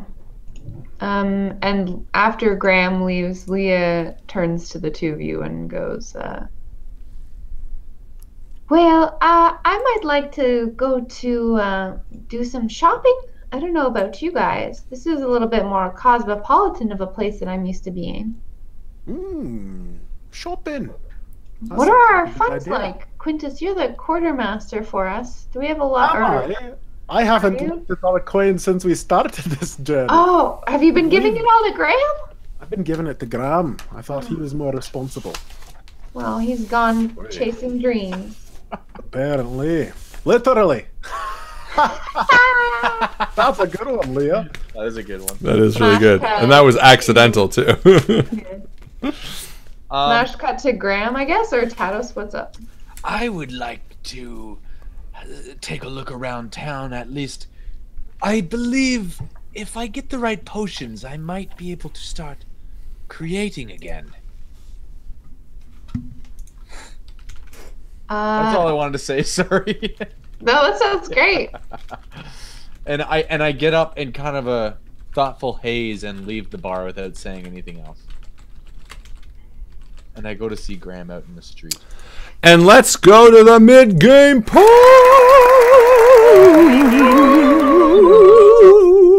Wow. Guys, if you're gonna have your weird sex stuff, at least turn... Name Beetlejuice? it. Beetlejuice. What's she say? She's like... Not you. Do. Oh, sorry. I mean, You what? said it. Ladies and gentlemen, welcome to the mid-game post. That's right. It's the time of the season. Of the season for love. Boom, boom, boom. The Zombies, great band. Odyssey and Oracle, great album. Let's do this. I think for the mid-game post, unless you have a question set up, we can do that. Or we pick the Stallone face winner, because we never did that yet. I was just going to do the Stone Face because it's literally been just the best thing. Fantastic. I know who I want for the stone face, but that's going to take too long. Joe's the one that's supposed to pick. Oh my god. Okay, so I'm scrolling up right now. I want to start with the beginning. I believe we're looking at Johnny Ray Gun. Yeah, here, you say them, and then I'll screen share them. So there we go. There's John. There's John's. Oh, that's great. Fucking. Okay. Very good. And then we I got like that Mike. very much. Mike the bassist. Oh my Also God. good. He's So got good. quite a lot of lower face action going on. Then we got And Megan's. some upper face action. This is Megan. She did 3. But I think her dog's name is Rocky. Oh, look Oh, at no. his little sweater. Never mind. She said Rocky bias. picks. Then Then we got Zia. Fucking Nice. right, Zia. Very good. Very, very good. And then we We got have- Godpool, who didn't know what we were doing. He's like, I don't know what this is, but I'm going to do it too. Then he did like 3 more. And then here's Megan's. Oh, that's a good one, Megan. That's a good one too, yeah. That's actually a really good picture. And then And we then we have got- Sparrowhawk. Yeah. Fuck. Bonus points for the onesie. I got the onesie too. Then we got Langdon. I think it's Langdon, right? Then we got Paul. That's like that's the Adrian scene. He's getting punched in the face by Apollo Creed there. And I think that's it. that's all the one I saw, yeah. Yeah, that's all we got. Oh, then we got Oh my. I just want to give them to everybody. That's Can so we do XP for everyone who submitted? Cause yeah, we fucking can Is do that a XP lot? for every single person that submitted. Yeah! Make it rain! You get XP and you get XP and you get XP. Because to do that was pretty fucking hilarious, and Yeah, that's awesome. and also made the entire. That was really good. So yeah, no, everybody who did a Stallone picture, Let's you begin get one more XP. time for me. List them all. Yeah. Can we Okay. list them after? Because I don't know. We list them after. That's Just fine. list Actually, them I'll after. just scroll up. You could exactly. Well done, guys. Though that was fucking hilarious. Let's do. Oh, the gong. Oh, who's here? Bing bong. Who's here? Special guest star. Is it? It's Sylvester yeah. Hey guys, I just want to say you're doing a great job tonight. What we got to do now, because we did Terminator, right? I think Alex, you got to do. Yes. You have to do a Demolition Man. Dread? I was gonna Oh, say a Demolition Demolition Man RPG, Okay. and then we could just do like Sylvester Stallone the entire time. I just have to watch Demolition Man first. It's the same thing though. Doesn't he go back to the future, or he goes to the future? I've never seen Demolition Man. That's the one with Yes, Rodney. you have. That's the one with what's his Yeah, name? and Sandra Bullock. Is Sandra Bullock? Yeah. Yeah, remember? And like in the future, Rodney B. no, you're talking Not about the Dangerfield. Wesley Snipes. Wesley Snipes. No, it's not Wesley Snipes. I'm thinking of it's Wesley Snipes that looks like that basketball player. His name is Rod. Oh, Rod Stewart or Rod. What's his name? No, not Stewart. Dennis Rodman. Dennis Rodman. Rod Stewart. He's got the blonde hair like Dennis Rodman. He's a basketball player. He does. Yeah, he's got like the dyed hair in it. You're right. You're I right. love it. But Demolition Going back Man. to last week's comment. Yeah. I'm like basketball. Justin's like, oh, that's Yeah.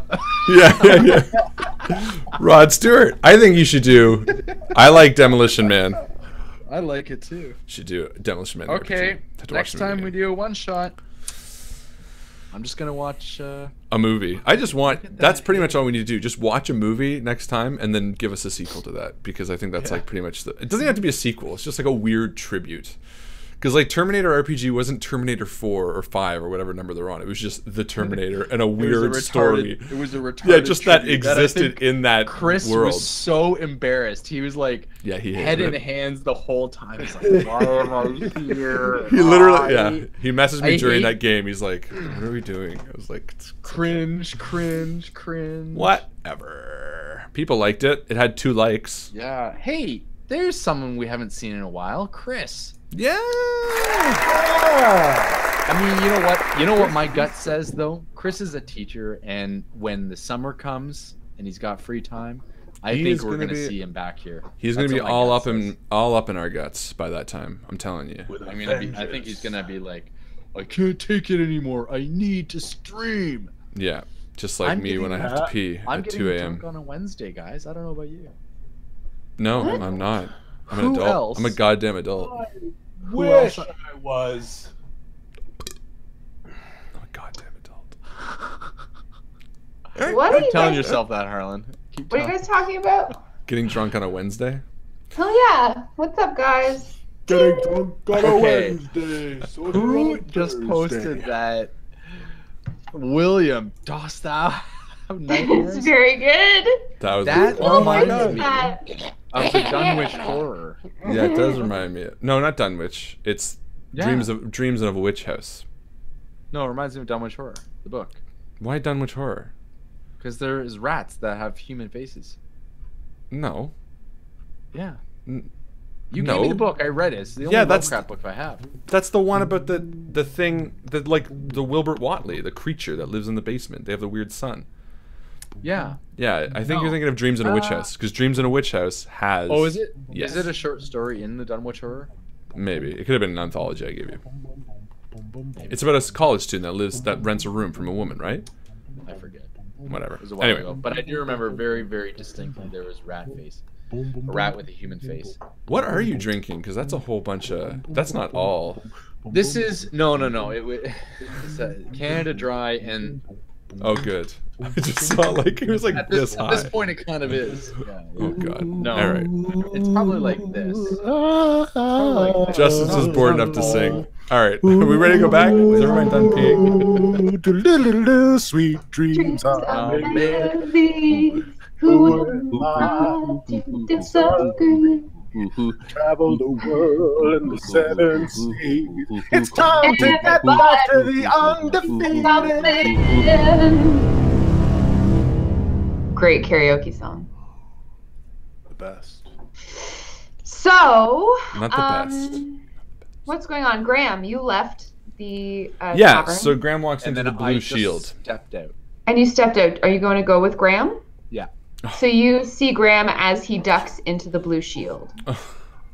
No, I see him. I don't follow him in. You can. I was just joking. No, I. Did you not follow me? Because I was just joking. You can follow me. Well, I followed you out. Oh, I thought okay. you were out in the street, but then as I step into the street, I see Graham duck into the blue shield, and I think to myself, whatever could he be doing? So I step told up to you the what I was side doing. of the blue shield. What did you say? I told everybody what I was doing in the blue shield, remember? Yeah, you were like, It was I'm very gonna clear go. with what I was going to do. Well, I forget. What were you gonna do? I'm not going to tell you. I'm just going to do it. So I walk into the blue shield, and I walk up to the bartender, and I say, I have an odd question, if you don't mind humoring me. Yeah, shoot, Sonny. No, I'm much older than you, but appreciate the compliment. How old do I look? You look at least...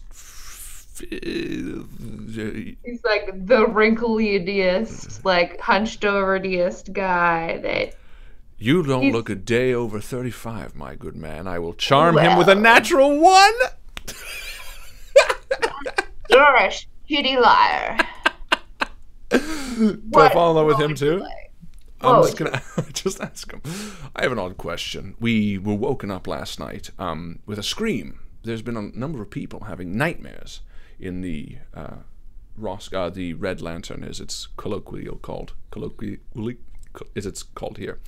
I wanted to know if there's anyone in your establishment that's loud sleep, or anyone having nightmares that might have awakened the other guests before I rent a room here. Yeah, it's been a particularly loud season for sure. Thought so.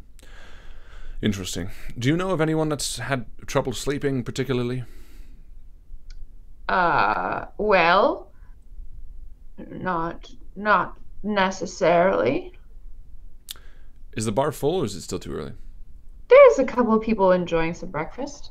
Anyone in this bar that you might have known? Male, female voice, I could narrow it down. I wish to speak with them. No, I don't think so. These are all patrons of mine. I wouldn't betray their confidences like that, you understand. This is the competitive industry, son. Right. So Graham feels stood up by Kestra. He's a bit upset. He really loved this woman, so he turns around and he clears his throat. This woman that he saw for like 10 minutes. Hey, you're the one that said it. He clears his throat. Ladies and I said gentlemen, you found her attractive. I did not say you fell in love with her immediately. Graham is a one-woman kind of guy. He falls in love, and he falls in love hard. He turns around and he addresses the bar. Ladies and gentlemen, good morning. I'm sorry for interrupting your breakfasts. I'm asking if anyone had nightmares last night. I'm looking to help them alleviate their concern and help them sleep restfully once again. And I will roll whatever I need to, which I guess maybe persuasion. Can I just interject here with a quick comment? How in Yeah. Zawant we went about everything like totally 15. not saying anything to anybody, and now Graham's like interrupting the breakfast at the bar. and that's- Has Excuse me. anybody had nightmares? I said that, but that's why I said the thing about Kestra No, it's- before, because it's his. cute. I just just thought it want was to a know funny that he's like fueled by like distraction. He's like trying to be like, I'm going to solve this because Tell me what you're wearing, Graham. I'm wearing this. I'm wearing my godly-ish robes, my Your cleric stuff. vestments. Yes, my vestments. My penis is no longer erect. Thank you for asking. No one answers you specifically. And I just kind of scan any of them for any sort of insight. What? Should I need to roll? I'll roll it. Yep. Sorry, I didn't know if there was like really obvious. I would 10. like to scan the bar for insight without rolling insight. Yeah, I mean, there's a couple people who have their eyes averted. You're not sure if they're just tired and don't want to deal with this random cleric's bullshit, or if they are feeling singled out. I have enough of what I need, I suppose. Anyway, so I'll leave the bar and I'll head back to the booth with the other guys and just sort of lean over rather than sit down and say, Quintus, I understand why you don't feel this is important, but I've just spoken with the tavern keeper at the Blue Shield, and he also has mentioned people having nightmares. I think perhaps there is more commonality between these than not. There are many, many, many things. Lee and I discussed very briefly this morning that, are you eating chips? Where did you find chips? Who the hell? He's eating Tatos's breakfast because Tatos got up from the table. Aye, I am eating chips. They are potatoes that have been dried and salted. Did someone say potatoes? Aye! Oh, tatos! I've been and I eating come for in- breakfast. I come in from outside. Graham, how did you beat me? This is... I didn't know I was beating you. But awesome, also, Okay. potato chips and how you just described them sound fucking delicious. And they are delicious, but they sounded even more delicious by being described in a different way than I've heard every other way. Anyway, he explains why there is a commonality, and then addresses Tados too, and says, I think these nightmares are something that we need to look into. Obviously, people are having trouble sleeping, and it could be a sign of something bigger, perhaps even a magic cast over this town. All right. Well, we need more information, obviously. Leah and I were hoping to go shopping. Should we just canvass the town, ask as many people as we can about whether or not they've been having dreams? That's sort Well, of I don't know too what broad. additional information we're going to be getting from that kind of question. You're right, Graham. I think it's too broad. Yes. Where Maybe would we can go learn to? something else about what's happening if is something happening and not just a lot of people getting a lot of bad sleep here. Yeah, exactly. The Bad Dream Emporium. I think more so, is there something that the mayor or the town hall would have that we could then associate? You know, we speak to the mayor and she says, oh yes, by the way, all the water has been pissed in for the past 6 years. And then we say, Oh, Graham, didn't you see a church on the way in that you said you wanted to visit? oh yes, Alistair's light, I should drop by there. I wonder if, Sounds like I mean, fun. people who are especially religious maybe would go to a church for comfort if they're being plagued by nightmares, or I don't know, they might have more information. Even those who are not especially religious will attend a church if they are feeling distressed by something. Yeah, I It's pipe worth in a shot. yes, as I very slide good into idea. the booth and wave to the bartender for another 2 eggs. Mm. she like nods, yeah. Well, I'm going to head over to that church then and pay my respects to Alistair. Anyone who would like to come and bathe in his warm fire is more than welcome. I've Any- never been to a Church of Alistair before. It is a very, very sacred place. Well, I've never been much for churches, but seeing as Alistair healed my wounds, I feel like maybe paying him some respect is in order. The barkeep drops by the table and like slides a glass with 2 eggs in it to you, and she says, "Will that be anything else for the 4 of you? Will you be staying with us another night?" We're Probably. not sure. Come back in just a moment. Sure. And this is where I'd like to grab your attention for a moment, the 3 of you. I think we must make a decision. If we are to move on from Solar... What is this place called again? Solaris? Yeah, that's it. Solaris. If we are to Salisal. move... Salisal. If we are to move on from Salisal or stay, I think we should decide now. It is only morning, and if we are to move on, we should move on briefly. And That's if a we are good to point. stay, As I say that and finish my sentence, I crack one of the eggs into my mouth and swallow. what say you? Shall we stay another night? Yeah, I don't see why not. We're in no rush.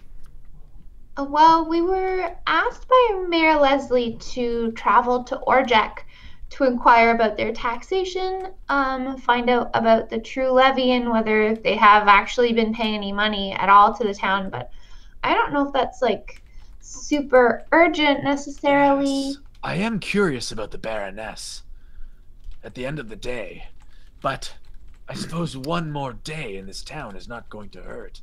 I wouldn't mind seeing this church. The more I think about it, yes, I was sincerely healed by Graham and this light of Alistair. And that when I almost succumbed to my wounds, And I look down at my arm, which is now just barely healed and is now, you can see the scars on it from the last fight we had. I wouldn't mind staying another night. And I motioned to the bartender. One more night. And would you like to settle up for today, or shall I just tack that on the bill? Tack it on. Indeed, good sirs. Well, if you're looking for any recommendations about where you should be spending your days here, please come by and ask. I'll be here all day. Enjoy your time. What is your name again? My name is Erica.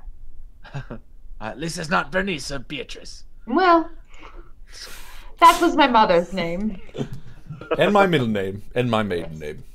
Bernice, Berta, Erica, Bernice. Sorry. Right. So, Graham heads across the road and leads the way towards Alistair's, the Church of Alistair's Fire. If you'll remember from last episode, I described it as a church of light, essentially, that there are a couple of different insignia on the doors that are all deities that kind of play nice together. Right. So there's Alistair, there is Lathander, what else do we have? There's Miliel. It's those three on this door specifically. Okay. Well, as we enter, there's sort of the bowls of offering that each of the deities provides, and I head to the bowl of Alistair's light, which is, of course, charcoal. Basically, it's just ashes. And I dip my fingers in the ashes and draw the symbol of Alistair on my forehead as I enter. And Leah's kind of following you. Yeah, and I kind of turn around, I draw it. On her face. Yeah, and I saw it. When we enter Alistair's light, we need to let him know that we are here for him. And he sort of bends down and draws the symbol. Again, it's sort of like an upside down cross with a circle on her forehead as well. And sort of waits for each of them to enter so that he can draw it on everyone's forehead. Yeah. And he tries to do it on like Tados, and it's like bumpy and like. Actually, funny enough, I was gonna say that my skin is already like, think of lava rock with lava seeping through. It's kind of like black and scaly, but with red features. And then you try to draw the charcoal on, and it just kind of like mixes in with the already charcoaly skin that I have. And he sort of smiles, and he draws it on Quintus. And as he draws it on Quintus, he again sort of elongates each of the four, and he says, "The four pillars of Alistair's light are merit, devotion, mercy, and penance." And as he says penance, he sort of looks down a bit off. Obviously, something about that sets him. And then he draws a circle, each encompassed by the self. We, as a whole, exist around Alistair. And he walks towards sort of the front of the church. Yeah, so this is your church. What does it look like? Like, I mean, it's not going to be essentially all devoted to Alistair. Yeah. But... So the majority of the church is built, again, for any sort of worshiping. It sort of branches off like a bird's foot almost. Like each of the areas stretches long with maybe 3 rows of chairs, or rather pews, that are all stretched towards the individual deities. And to the far left, as we enter, we see the deep red cloth laid down, and quiet again as sort of the smell of embers fill the air, and fire burns in this area. It's sort of softly lit. Graham sort of stops and points to the large red hanging tapestries, and he says, "Each of these are soaked in the blood rose." And he turns and stops and says, "In Vale, there are massive rows of the blood fields where a very rare crimson rose grows. It's grown there for millennia, thousands upon thousands of years to a millennia, where people died centuries over. Beneath the rose beds lies ancient shields, bones, bodies of those long since fallen. The rose can only be harvested there. It's crushed, and the dyes are sent to the temples of Alistair's light so that they can stain these cloths and reflect his essence, ever glowing." Well said, brother. And A woman comes from behind you. I carry the fire. As do I.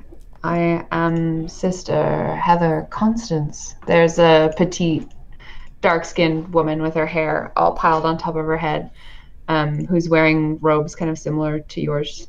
And she gives you like a very austere sort of nod. Sister Constance, it's been a while since I've met someone under Alistair's light. It's a welcome. It's a welcome refuge. Where do you hail from? Vale. We actually come with a chapter of the Undefeated, a movement trying to reunite this fractured land, and I knew that we could come here to count on your support and understanding and help. In fact, and he sort of warily looks to the other three and says, perhaps Constance would be a good source of information for what we might be dealing with in this town.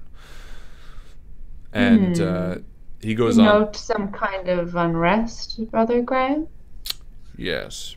Perhaps she looks around. There's maybe about a dozen people scattered throughout the pews, but there's no service being held. Just a variety of people who are here for their own religious solace, keeping their own prayers, doing a couple of traditional activities, similar to like counting a rosary, but you know, backgammon. D&D version. Yeah, which is backgammon. They're like looking Chinese at a checkers. crystal and like kissing it, kiss the crystal, whatever religion thing. And she's like, perhaps if you wouldn't mind following me. And she leads the four of us to kind of a vestiary area. Picture like stained glass windows, dusty robes on like long hangers. There's like a number of like old wooden cupboards. Everything of the sound is super muted and kind of a nice quiet environment. Morning sun streaming through. Yes, we just arrived yesterday and were woken early this morning when one of the other, I guess, patrons of the inn had a nightmare. And upon further inspection, it turns out she had nightmares for the past few nights that she stayed in town. And after speaking with a few other people, it seems to be a commonality here. There's been a number of people suffering from intense nightmares where they are harming someone in their dreams. Curious. Have you had And any... I'm sorry. Have you had any experience with anything like this? Has anyone come to you speaking of something similar? I've had a couple of parishioners over the past number of months complaining of disturbances in their sleep, but I didn't think to put it together until you posed the question to me just now. I suppose there could be some sort of link between them. I'm going to roll insight, just because the way she's talking is pretty... 20. Yeah, she's got a smooth sort of voice. But she's a cleric with the light of Alice. But she seems earnest though. Yeah, dude. She seems like what would you gain from a 20? She's grateful that you are here.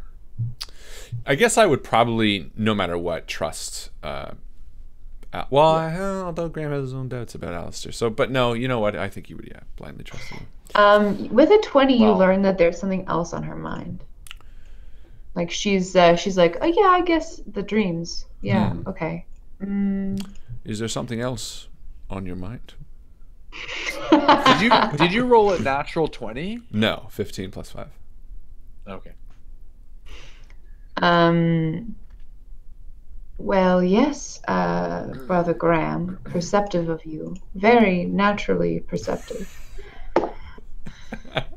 It seems like something else is bothering you.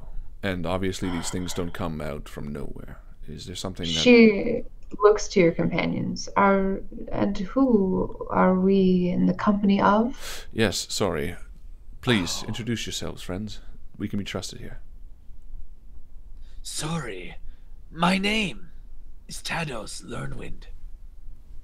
Tados, very nice to meet you, yes. Good Sister to meet you. Constance. These halls, these great halls, they remind me of the caverns in which I grew up in. The light how it casts in from high above and down onto the floors. It brings back memories of my childhood. Very poetic, Mr. Tados. I thank you. The name's Quintus. Good to meet you. Hello, Quintus. I'm Leah. Hello, Leah. Well, as you Talking to herself. say, you are members of, what was it, the Undefeated? I believe I've heard of this before. You are a ragtag band of rebels, essentially, bent on doing good, I presume. With you in the midst, Graham, I must say that I wasn't quite sure whether you could all be trusted, but if there's a man of Alistair's grace within your ranks, then perhaps I am mistaken. No, I assure you that the chapters of the Undefeated, the Undefeated in general, is definitely a movement looking to reunite the fractured land for the betterment of all people.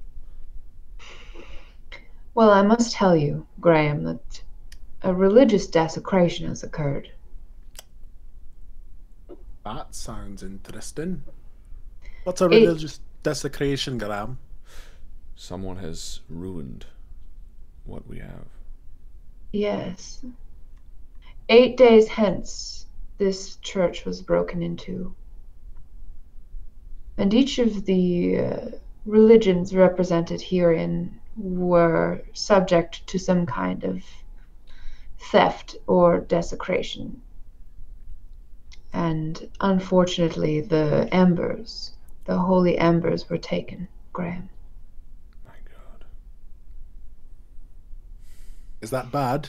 This is an artifact that represents part of the theology that we celebrate as followers of Alistair. Something we keep at the altar. These iron-forged embers are what we use to assist us in religious ceremonies as an icon of great importance. They went missing at the same time as the desecration and theft of the other two. Unfortunately. Yes, Lathander and Melil were also affected. All three. So why? Oh, go ahead, Graham. I'm a little baffled. Please continue. I need a moment to collect my thoughts. Well, so why not just get new embers? Iron forges aren't too hard to find, are they? Certainly, and I already have a new religious icon being shipped to us directly from Vale. But, Quintus, you have to understand that this kind of malicious activity is something that we cannot possibly deal with lightly. We of the faith also believe in a measure of retribution. Aye, you do. Why would someone do this? Why would someone come in and steal some embers? I mean, holy symbols. I mean, what are they trying to do? Any ideas? Perhaps wreak havoc, cause mischief. Perhaps sow discord among various religions. Perhaps they mean to merely bankrupt us. These are not cheap artifacts to replace, you understand. I don't know. We have kept it fairly quiet because we want the parishioners to have faith that we have control over these premises and that their trust can be within our walls, but is quite troubling. There's one thing I've learned. Nobody has control over anything. Oh, well, I can say that is fairly well said, Tados, unless, of course, you are a woman of the faith, and then you believe that Alistair has a hand in the proceedings, if you will. He may have a hand, but just look at the fracture. You will realize there is no control. I'm getting too deep. I apologize. No, I relish the philosophical. Tell me, have you had nightmares?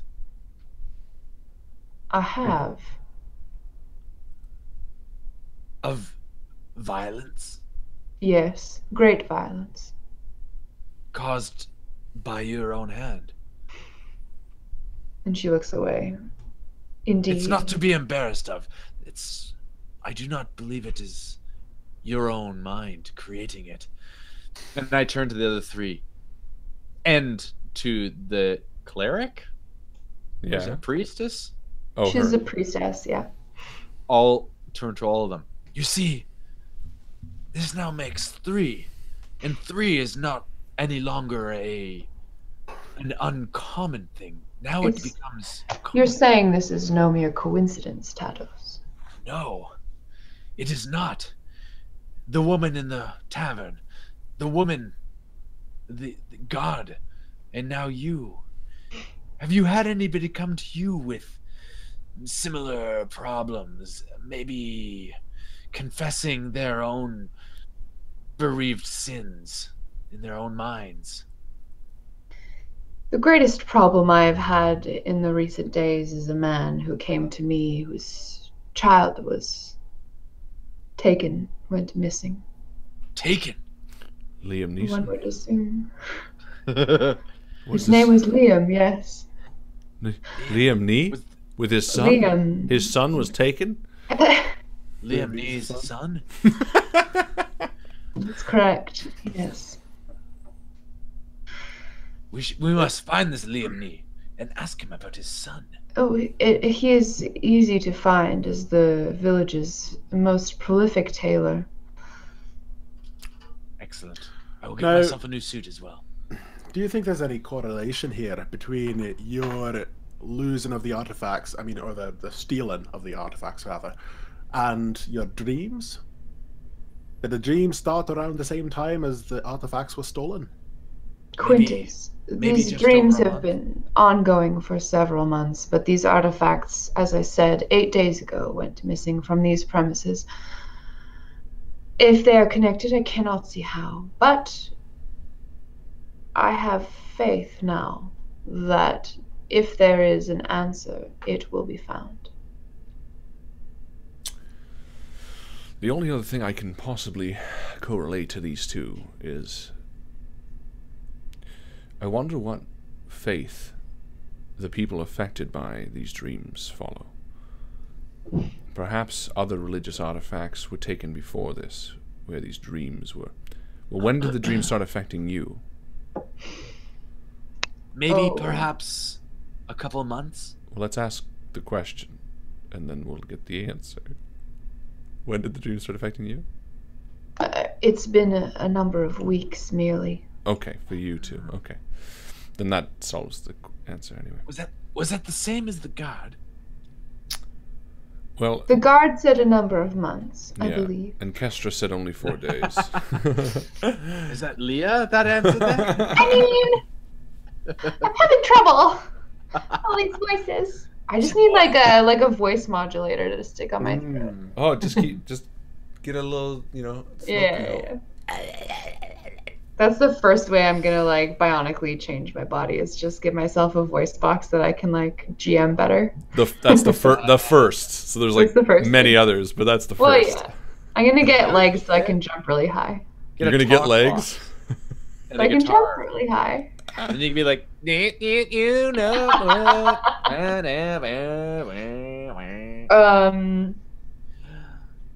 Yeah. Yes.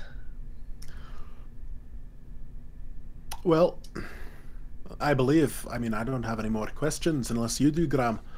Well, I mean, We've got everything we when can. when the religious artifacts were taken, did anyone see anything? Did anyone know anything? Was there anything you could tell us about the circumstances of its taking? Unfortunately, Graham, Brother Graham. Just Graham. Oh. I don't think we use brother sister anymore. It's a change up in Vale. I'll tell you about it later. So. Well, I suppose we are very provincial here in Salasal, not Bonjour. Bonjour. Yeah. Well, Graham, if you prefer. We did not notice any specific evidence as to how the relics were desecrated and stolen. Melil, the flowers of Melil were merely destroyed and not taken. But the doors of the church, the rear doors, were opened from the outside. By key? Or picklock? Or It seems that the lock was forced in some way. There's evidence of a foreign object having been inserted. Yeah, it was. I turn to all four now, and I express my concerns that It doesn't seem like there is any one direction to go in with this, and I feel we may be wasting our time on such a small problem. I'm sorry, Tados, if you believe that the theft of religious artifacts is a small problem. It's not a small only problem, the theft of the Tados. artifacts, and I mean no disrespect, but of the artifacts, of the dreams, of the nightmares. It might be better if we come back to this. Again, I mean no disrespect, but here we are on a quest to reunite the fractured land, and we've already spent days in the last town, and now it looks like we may be spending more days here. We have no leads. We have nothing to go by. We have no idea. Why stay and waste our time? I turn to Quintus and Leah. Leah's like, yeah, I see where you're going, Tados. I mean, with all due respect, Sister Constance, I mean, we are on kind of a mission, and I think that, I mean, I know that your town is dealing with some really bad problems, and that nightmares are pretty awful. I've had nightmares before. Yes. But maybe, I mean, I believe in you guys to be able to solve this on your own. You have guards. Have you talked to the guards yet? Well, you were there. We spoke to a few guards. No, I mean, I'm talking to Sister. Oh, I'm sorry. Sister Constance is like, yes, we have spoken with the guards in town, and they were regretful. They were the ones who provided us the information about the break-in, and have no further assistance to give us. Quintus. Aye.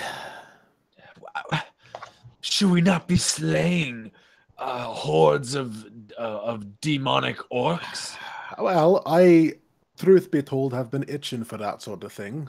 Pardon my language. Yes. But I do think that perhaps there is something more here. I mean, we've encountered 3 people who have had these bad nightmares, and I don't know. I didn't know. We did talk about this a little bit, but I think that those muggings and fights might have had something to do with. I don't know. I would not be surprised if we went and spoke to that man who went to jail, the one who they were talking about who got into the fisticuffs. Whether or not, I wouldn't be surprised if he had bad dreams too. A part of me thinks that maybe these bad dreams start as just a nightmare, and they lead to something more severe. Times, who knows, stealing things, beating people up, kicking dogs, I don't know. Doesn't matter, whatever the case is, Tados. These religious artifacts were taken. It might seem like a small, insignificant feat to you, but not to me.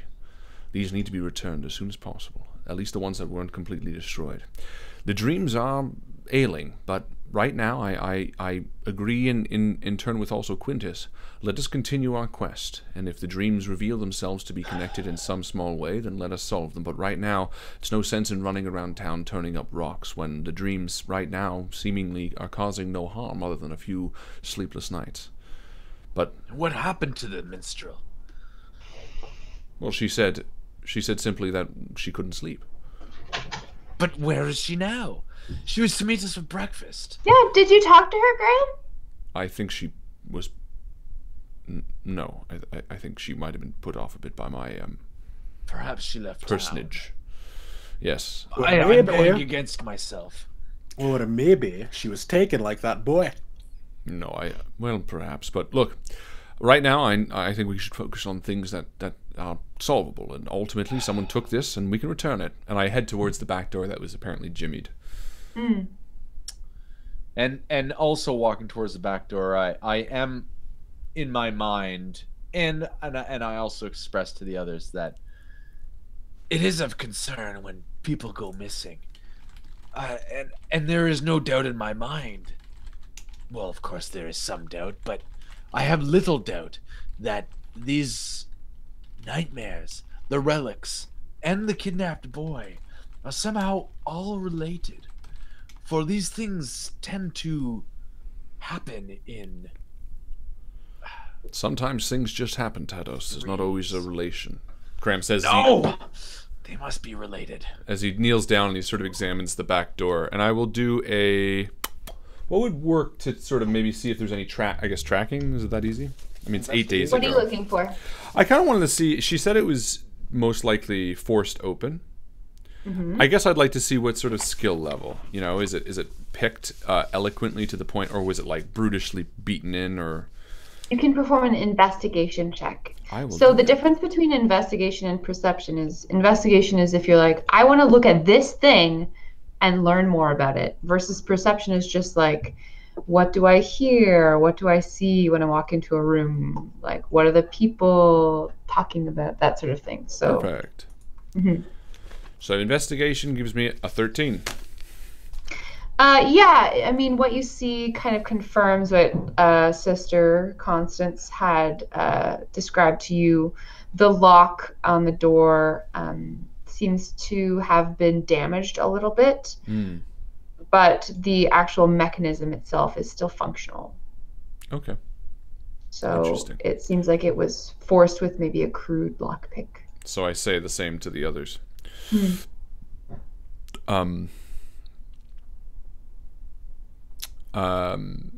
So where's everybody else?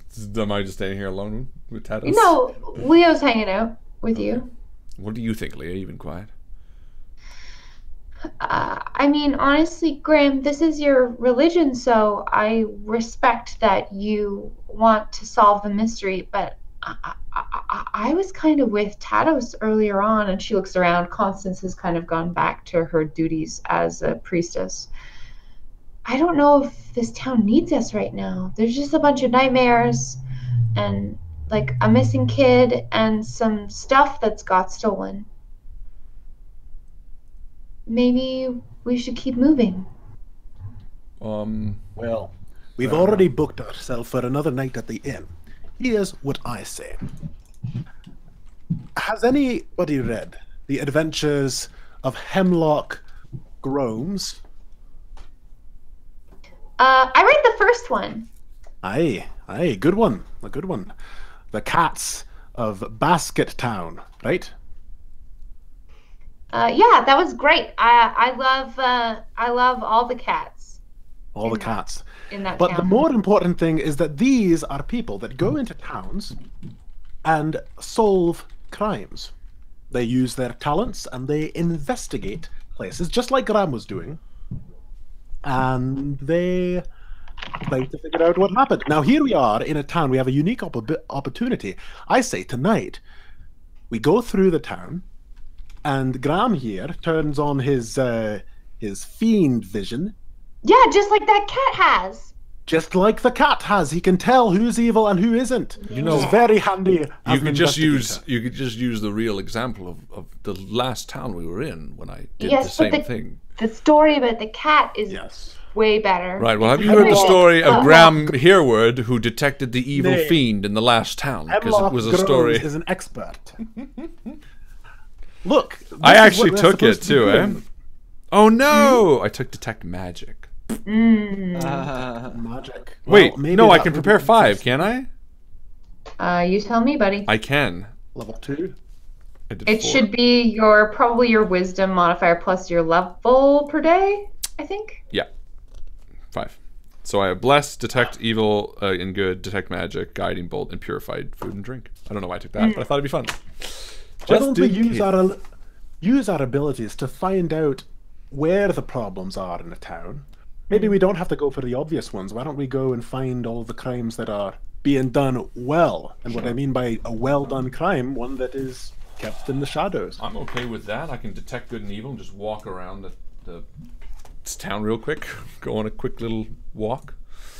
Okay. And maybe we won't find anything that's worth it a while. Yeah, exactly. But maybe we'll find another fiend. Who knows? Or maybe we'll find... What else can you detect with that spell? I mean, why don't... Well, you know, it might be a good idea, too. I mean, we've talked to Alistair's Light, and obviously we respect Constance. But if the other two religions were desecrated as well, they obviously would probably have people speaking to them about their dreams as well. And they might have insight into who stole their artifacts. Why don't we just at least speak to them first and foremost? I guess. What else do you think we're gonna get from them? I don't know. They might know. I don't know. It's like, doesn't it make sense? It's like if a strip mall gets robbed, you don't talk to one store. It might be like the third store could be like, oh yeah, we pissed off a guy. He said he was gonna fuck with the other two stores as well. Can we do a montage? Yeah, yeah. Going around. Let's do that happily. You can just tell us. Just tell if it's gonna be worth. It's not gonna do anything. I'm fine with that too. Well, let's tell me in sequence what you want to know, and we can just roll for that if there's any rolls necessary. Sincerely, I would just ask if they had any experience with people coming to them about bad dreams. If there were anything different than our. If there were anything different than what we have learned so far about those dreams. No. If they know anything about the desecration of their individual things or anyone who might have anything to do with it or anything different. Not specifically, except that the priest for Malil is pissed off that the flowers of Malil were, like, shat on, essentially. They were literally pooped on? Yep. Oh. Was it human? Yeah. I don't know.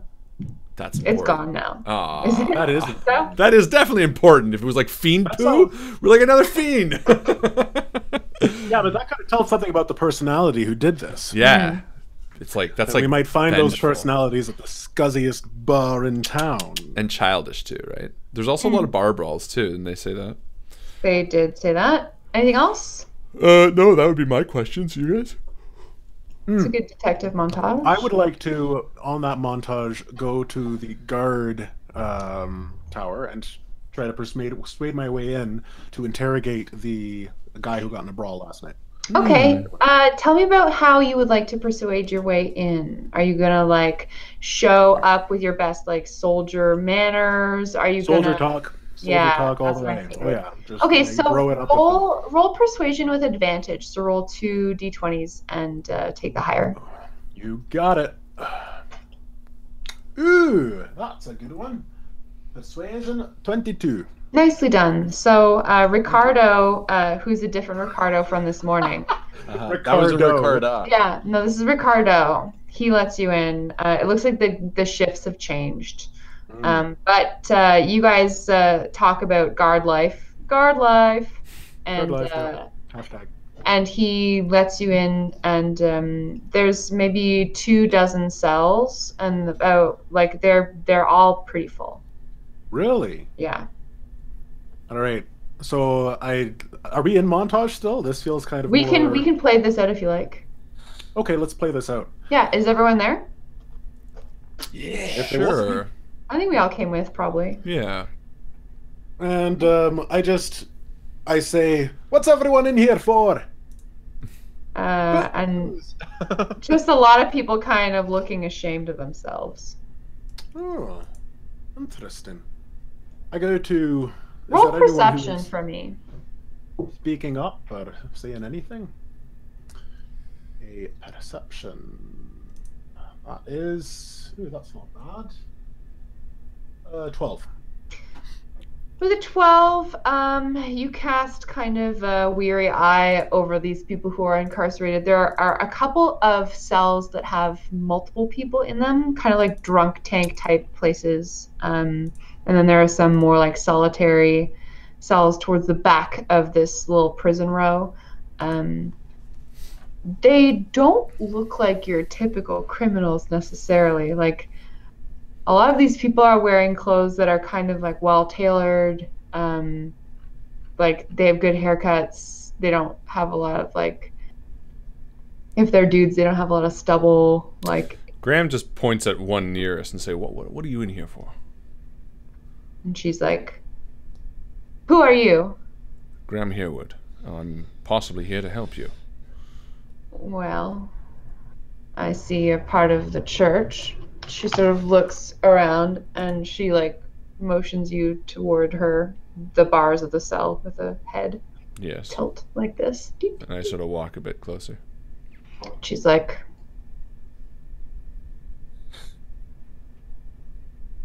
well, I suppose I was accused of disorderly conduct. Like a lot of the people in here, I'm assuming. You tell me. Well, I don't know yet. What happened specifically? Well, I was out drinking. We have a lot of taverns here in town. I noticed. Yeah. And got in a argument. Things got out of control. And I beat him silly. He deserved it. Why? What did he say? Shitty things about me. My family. Is this the first time that you've been in a bar fight? Yes. And before that, you never had the penchant for bringing your fists into anything? Was never provoked by someone quite so reprehensible. Was the man in here? No. I imagine he's home having lunch with his family. Really? What was his name? God damn you. Tom? Marcus Windmill. Good old Marcus Windmill. Okay. But he seemed fine, and you were the one that threw the... Why were you in here and not him? Because I savaged him with a chair. Interesting. And what were you drinking? Same old, same old? Yes, well, I was having some of that very delicious, the Glades Ribbon brew. Glades Ribbon. How many here were drinking Glades Ribbon? I say loudly. 4 people put their hands up. Okay. Just trying to find commonalities. How many here were drinking in general? About half of the people put their hands up. How many of the people were not drinking? Why are you here? Seriously, one of the people that doesn't put their hand up, I want to pull them up. Yeah, he's like, I stabbed somebody to death. What? Why? This is a guy who's like in the very end by himself. And everyone like moves away from him as he says that. No, he's in a cell alone. Oh, okay. So we walk over to him. Why did you stab someone to death? Because a man was stealing from me. And I turn to Quintus and I say, I wonder if these people are acting out the dreams that people are having, that others are having. Acting as sort of avatars. Is that a real word? That's an interesting theory. I'm thinking if we could find a commonality between one of the murders that have happened so far and someone here that might have performed said murder. Remember, dog. Did anyone attack a dog? That's a good question. We didn't find out how long ago that dog was, though, did we? But anyway, we'll try it and we'll turn and say, did anyone here kick a homeless dog to death? No. All right. Well, worth a shot. I feel like I'm a little off base. Has anyone been dreaming, having nightmares? I mean, a couple people raise their hands, and then a couple more people raise their hands, and then everyone raises their hands. Are they all women? No. How long? How long have these nightmares been affecting you? Like a couple murmurs, people saying like days, weeks, months. Okay. Days, weeks, months. So it's different for each person. So I guess there must be a point where this rage of the dreams boils over into reality. Maybe. Who's the shortest? Who's only dreamt this in the last week? There's like a kind of like an adolescent pimply dude, who's in one of the like combined cells, the multi-people cells. Yeah, and you've only dreamt for a week or so. Yes, that's right. And what are you in here for? Well, I And he like starts getting all worked up and starts like, "Huh? Um, I was having an argument with my friend about a girl, and I ended up holding his head under the water in the river, just for a little bit, but he's okay though. But All right, that's fine. So obviously, the longer that the people are dreaming, the more violent. And again, just to corroborate, the man who killed somebody, I'm assuming, has been dreaming for like months. no, not necessarily. Oh, okay. So there's no necessarily connection there. And I turn to Quintus and I say, "Oh, well, just because we're here, religion-wise, is everybody a bit? Who follows Alice's Everyone line? goes like this. Yeah, okay. So obviously, the violence is related to the dreaming. Aye. Where could we go to find out more? I mean, like, obviously the religion didn't turn anything. There. There must be some. People are acting strangely. I mean, it looks like they've got someone in here for the past fortnight. If we stay up, keep a watch on the town, walk around, talk to the guards, get their cooperation, have them report anything strange, maybe we can catch someone in the act. Maybe that would give us more information. Is there a library in town? Sure. No, that's fine. Yeah, this is a larger town than the one we were in. There's probably like tacked on to you know what, I will say, if you ask one of the guards about it, they'll point you toward Central Exchange, the trading post. He's like, "Oh, yeah, actually, there's a couple shelves of books by the trading post." And turning to all three of them now, just to sort of put our heads together, it seems like there's something befalling this town. People are having violent dreams and then enacting that violence out in person. Maybe there's no correlation to how long they're dreaming or how violently they're dreaming, but obviously people are enacting this out. What would be behind something like that? Powerful. It could be some spell. It could be something they're consuming. Maybe we should. I'd like to roll Arcana for a specific type of thing. Okay.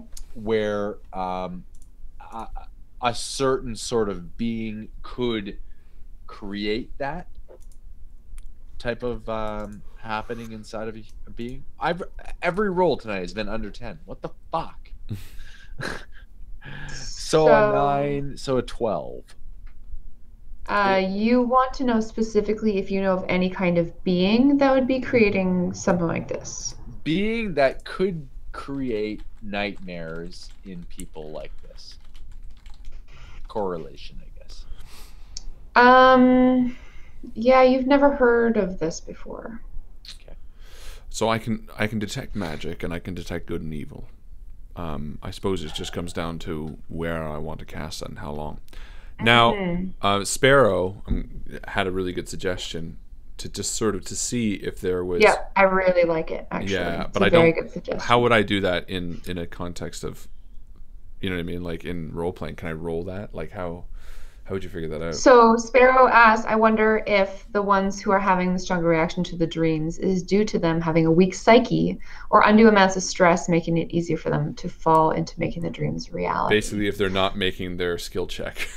And I will roll over Tados's Arcana, that Tados would know it would take an extremely powerful caster indeed for these people to still be under the effects of whatever spell that they would have been if they were indeed under a spell when they were committing these crimes.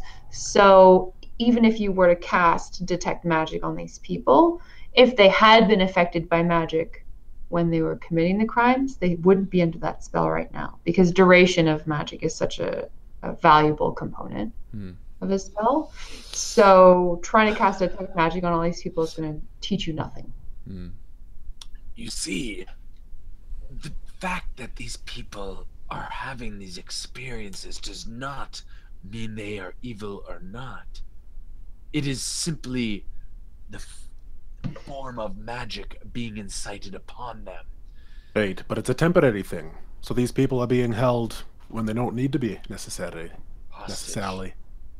Well, not hostage. I mean, truly, there is a good reason that they're in here, but if it was a spell, this is assuming that it was a spell. Perhaps these people do have a screw loose. Perhaps it is a permanent thing. Maybe it's something like a poison or something that's happening in their brain. Here's what I think. Are there any ideas? All I can say, no ideas yet, and I want to hear what you have to say, but I guess the only thing I can think of is, if this is happening, to what end? If someone is causing this, if this isn't just an accident, then there must be some purpose behind it. I mean, it could be for chaos itself, but...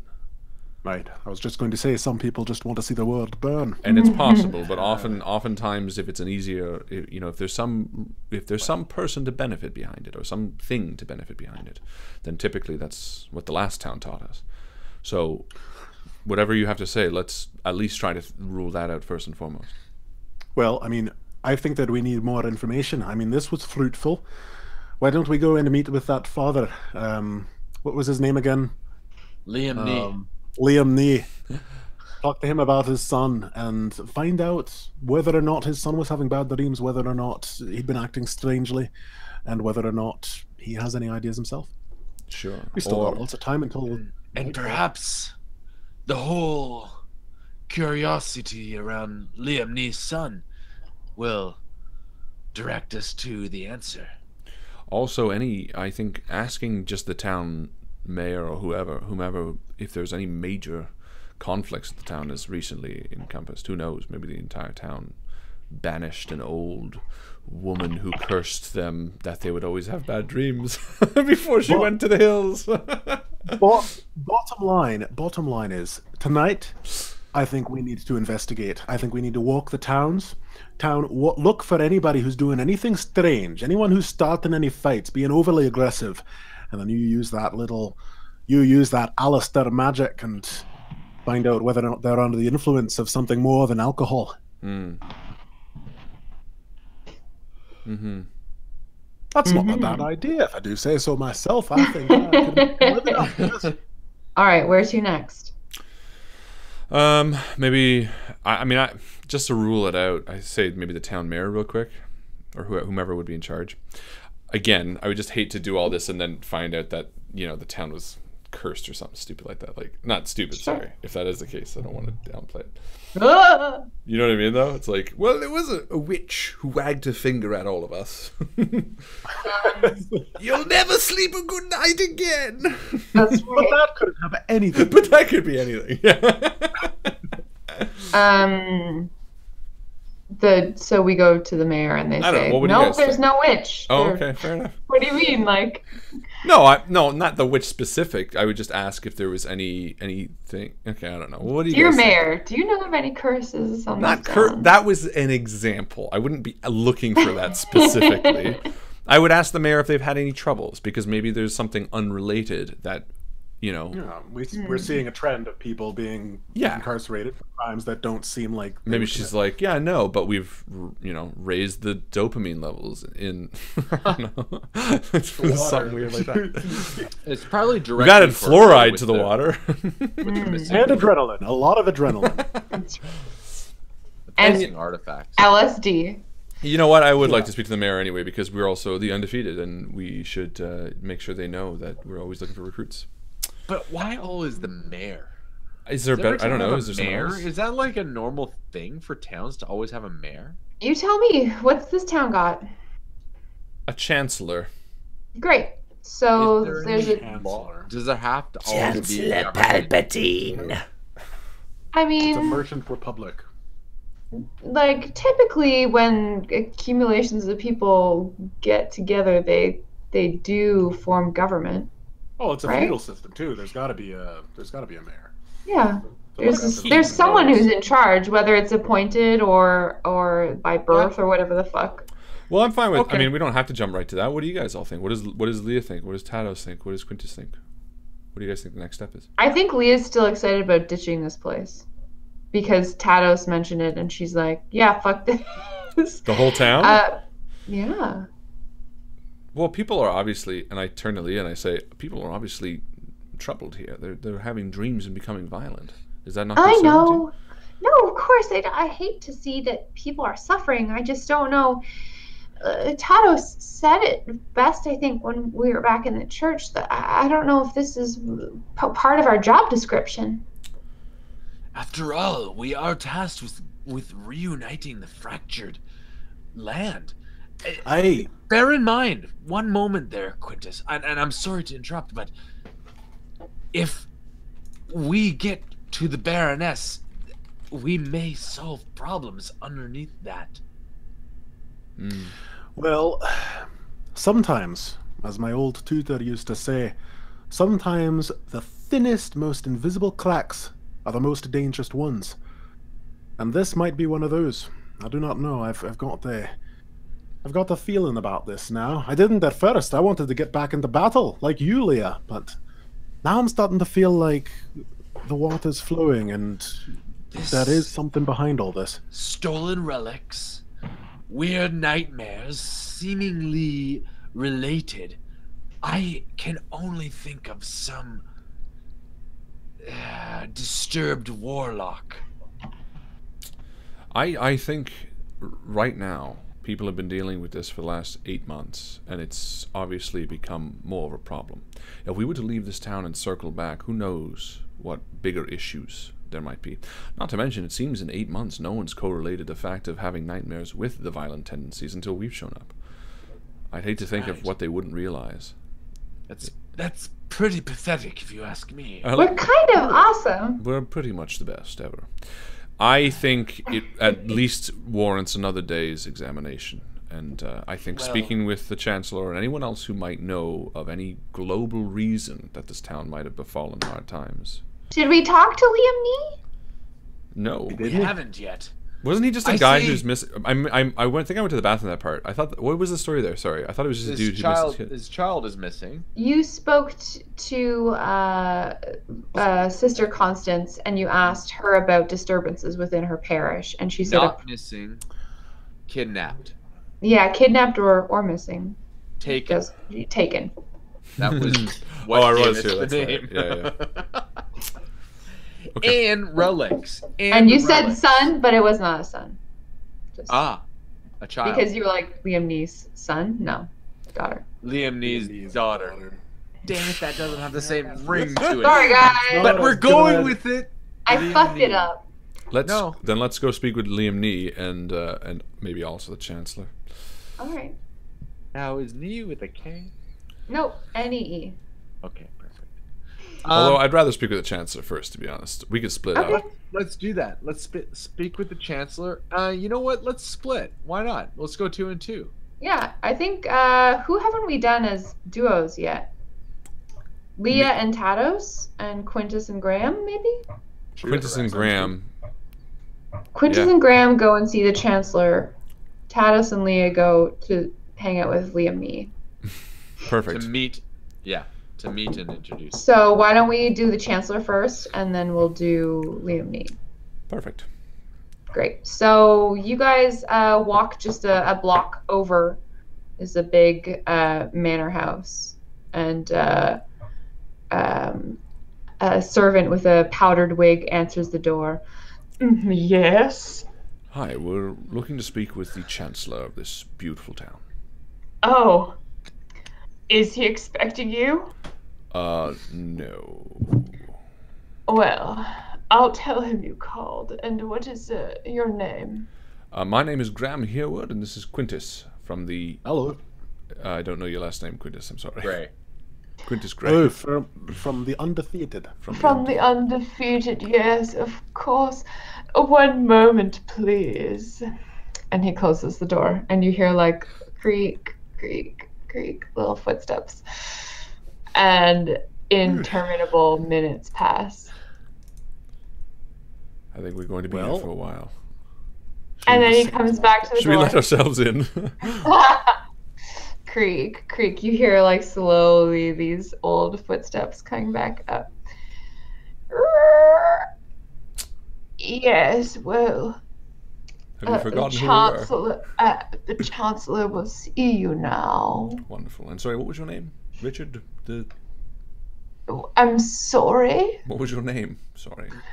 Grayson. Reginald Grayson. Grayson. Beautiful name. And we step beside him and head upstairs or wherever. He's like a little gnome, dude. Aww.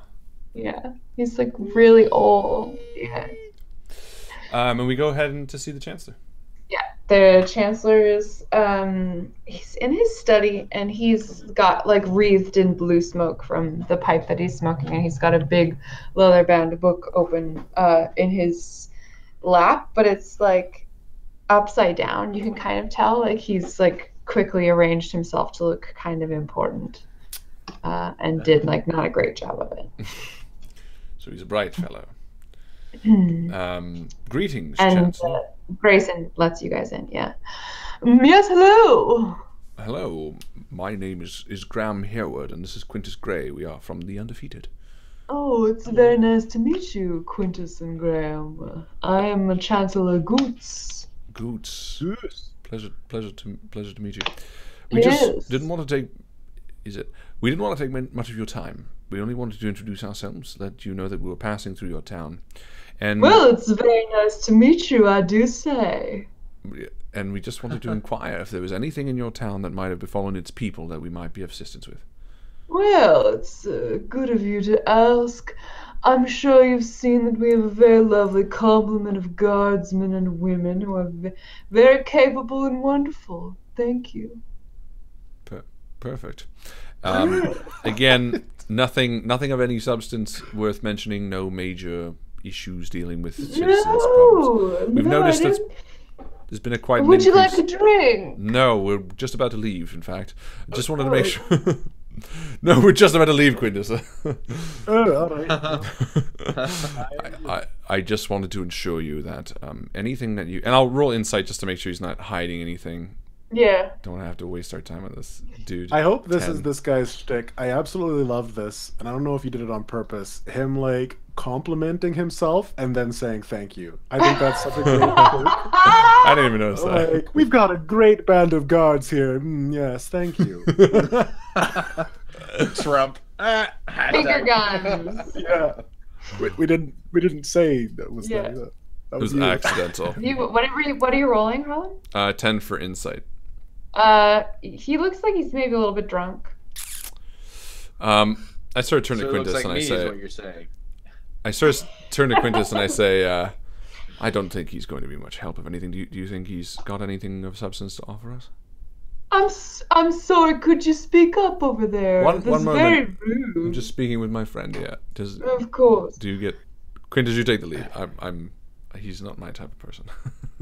What are you drinking here? I asked him. This is the double-barreled, second-barreled whiskey, of course. Double-barreled, second-barreled whiskey? Yes, have you never had any of it before? No, I have had it, but it's quite a rare brand, is it not? Oh, yes, it is, of course, thank you. So then it must be a very special day for you today if you're drinking this. Well, or are you drinking for another reason? You know, as when you're a chancellor, you get to have just such the best days all the days, mister. Thank you. Is that so? Maybe I should... Are you taking applications for chancellor? I'm sorry? I'm just joking. I'm joking. I don't want your position. Ah! I don't have the mind for it. Look at you. You're a funny guy. And where'd you come from? Holston, over in the west. Graham's like walking towards the door. He's just like sidestepping. Who is this fucking chancellor guy? Chancellor Goose, if you don't mind me cutting to the chase, it seems a lot of people have been drinking a lot more lately, and not that I have any problem with that. I have had a dwarven tutor, and you know, well, I mean, but I am wondering, have you had any bad dreams? Well, you know, Mr. Young Man, as a chancellor myself in a very important and very well-regarded position and loved by all in my town, I don't think that really anything about my life could be considered a bad thing or a sad thing, and I certainly don't suffer from any kind of malaise or illness or sadness. Thank All right, you. persuasion. I'm going to persuade him. Listen, I know people like you. You drink for a reason. You try to drink away your sorrows or your pain or something. You can talk to me. I like you. You've got a great personality, and I think you're doing a great job with this town. As you said, the guards are fantastic. They're doing an amazing job. This is the cleanest town I've been in since our travels. It's not all bad, but you have to be real with yourself. Is everything all right? And I'm going to roll. Persuasion, I guess? Yeah. I would probably go for, or either insight or persuasion, depends what you're trying to get out of him. Are you trying to... I'm trying to convince him. I can tell that there's something wrong. Persuasion, Just yeah. in all the, like you said, all that stuff. He's drunk. He's pretty easy to read. So I got a 18 for persuasion. And he's like, Quimpus, my boy. Krampus? Quimpus? Sit down here with me for just a minute. And he reaches down on the ground and picks up a bottle, and it's empty, and he puts it back down. And he reaches on the ground, and he picks up a different bottle, and this one's half full, and he uncorks the screw, and he does a healthy glug, glug, glug in your glass and passes it to you. He's like, Quimpus. Life as a chancellor sometimes is a hard life, and people come to you sometimes with problems. And it's up to you to decide the problems that are the big ones and then the problems that are the little problems. And I gotta say, it's been a couple of years since I've been a chancellor, and it's been an easy job. It's been a hard job for a little while. But I'm gonna do it. I'm gonna do a good job. I'm gonna be a good chancellor. Chancellor? He starts crying. All right. Here. And I grab... I grab like a sock or something that's like just on the ground, and it's a little bit of a messy office. And I say, here, you're doing a fantastic job. Truly, that's why I did not want to send in my application. Look, you're a smart boy. Well, it's not all bad. I mean, you will be able to figure this out, and we're here, Graham. I'm out in the hall. Well, I'm here to help you figure this out. And now, you say people have been coming to you with problems. I'm in like other offices. Like I'm like sort of just leaning in, looking in, and see if I can do anything with my passive perception of 20. So good. Such a good passive perception.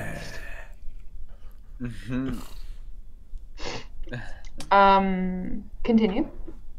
Oh, people have been coming to you with problems, and they've been posing a problem to you. What exactly are these problems that you've had to deal with?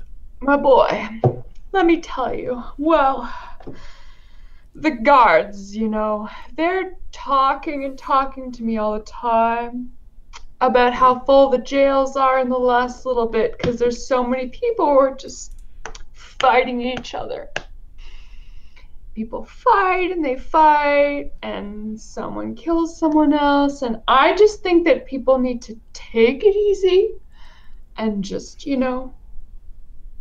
enjoy some double barrel, second barrel whiskey with me, the mayor, chancellor.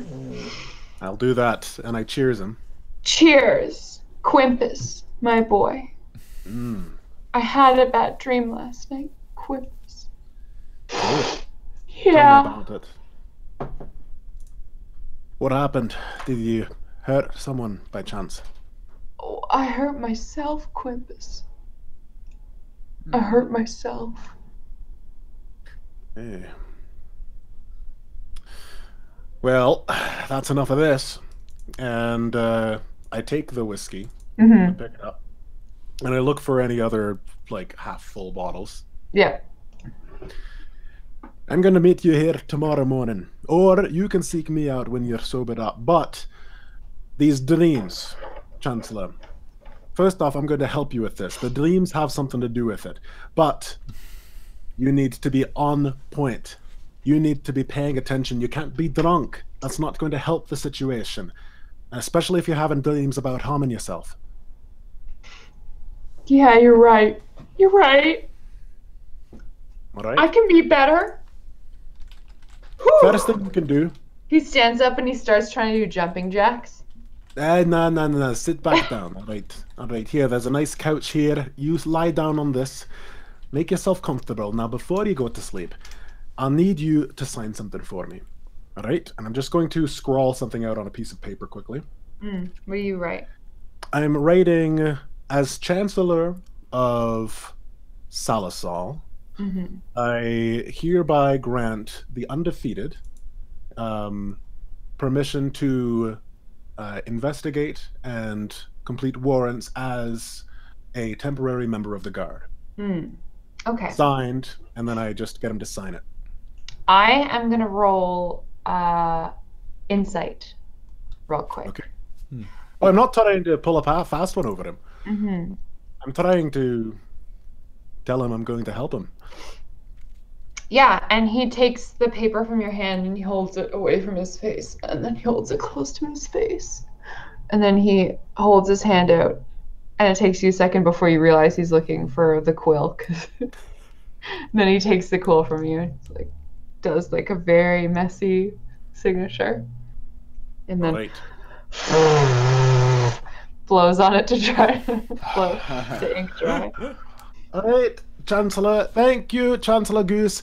Now you lie down, and I stick my hand under the couch, and I pull out another half-full bottle of whiskey. And I say, you sleep now. Get some rest. We'll talk in the morning. You're the guy. You're the guy. You're the guy, Chancellor Goose. And I leave. I wave the pamphlet to Graham. Yeah, I'm just like standing out in the hall. Did he say he was having a dream where he hurt himself? He was.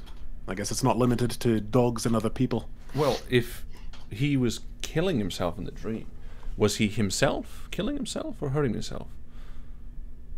Before he passes I got the out, impression. Just clarify real quick. I don't think he liked me very much.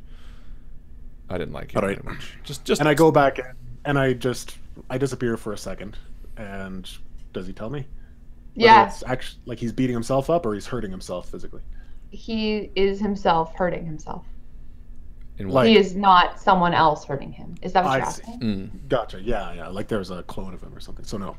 It's just him. Like he's like doing self-harm. Okay, that's what I thought. Just checking. All right. So I return. I say, but he gave us the permission to investigate the city, so we're good. I think. I don't know. Maybe it'll come in handy. Well done. Good job. Good job, by the way, Quintus. That was awesome. Let's quickly bamf over to what's happening with Tados and Leah. We know that the tailor lives across from the Central Exchange. And it's just past noon at this point. Tados, your stomach is grumbling a little bit. And as we arrive outside of the Central Exchange, it's this trading post. It's a shipping center that's sort of built on the river, and there's a couple of barges that are docked nearby. There's kind of a busy section of town. There's a lot of blue-collar type people walking around. Leah, I know that we're supposed to be immediately heading over to speak with Mr. Liam Nee, but I am so hungry. Me my too. stomach is grumbling and it's eating itself. I hate that feeling. And as we approach the Central Exchange, we see someone very interesting. Thus far in our travels, we haven't seen a lot of poverty, but there is a man who is kind of just like collapsed in a little heap outside of the Central Exchange, who's just dressed all in rags, essentially. Initially indistinguishable from a couple of piles of rubbish nearby, but clearly a living human being. I, as a tiefling, don't really pay much attention to it, admittedly. Fair. And I walk by, and I'm looking at some of the boats that have pulled up in the exchange market? Because there's boats, right? Yep. Is that what I heard? Okay. Yeah, this is at this point fairly deep and wide river. Yeah, and I suppose there's boats pulled up in sort of a shop manner. Yep. Where you can go and barter with different people. And some of them seem to be just doing trading with the central exchange. Like there are just people loading and unloading cartons. But yeah, there's a couple of boats that are essentially like shop boats. Yeah. And that's one of the ones I pick, and I kind of walk towards, and I see a crate, an open top crate of potatoes. And I hail the owner of the boat. Excuse me, I'd like a couple of your potatoes here, if you don't mind. And the shop owner's like, yeah, of course. How many did you want? Just 2 or 3. And I toss him a copper bit. Yeah, and he catches it deftly in his hand, and he rummages through. Yes, sir, just a second. And he throws one after the other 3 potatoes towards you. And I toss 2 in my satchel, and I pop one, and I begin biting one like an apple. Nice. Leah, would you like anything? And Leah is standing looking towards the buildings that we just came from. Just like, Tados?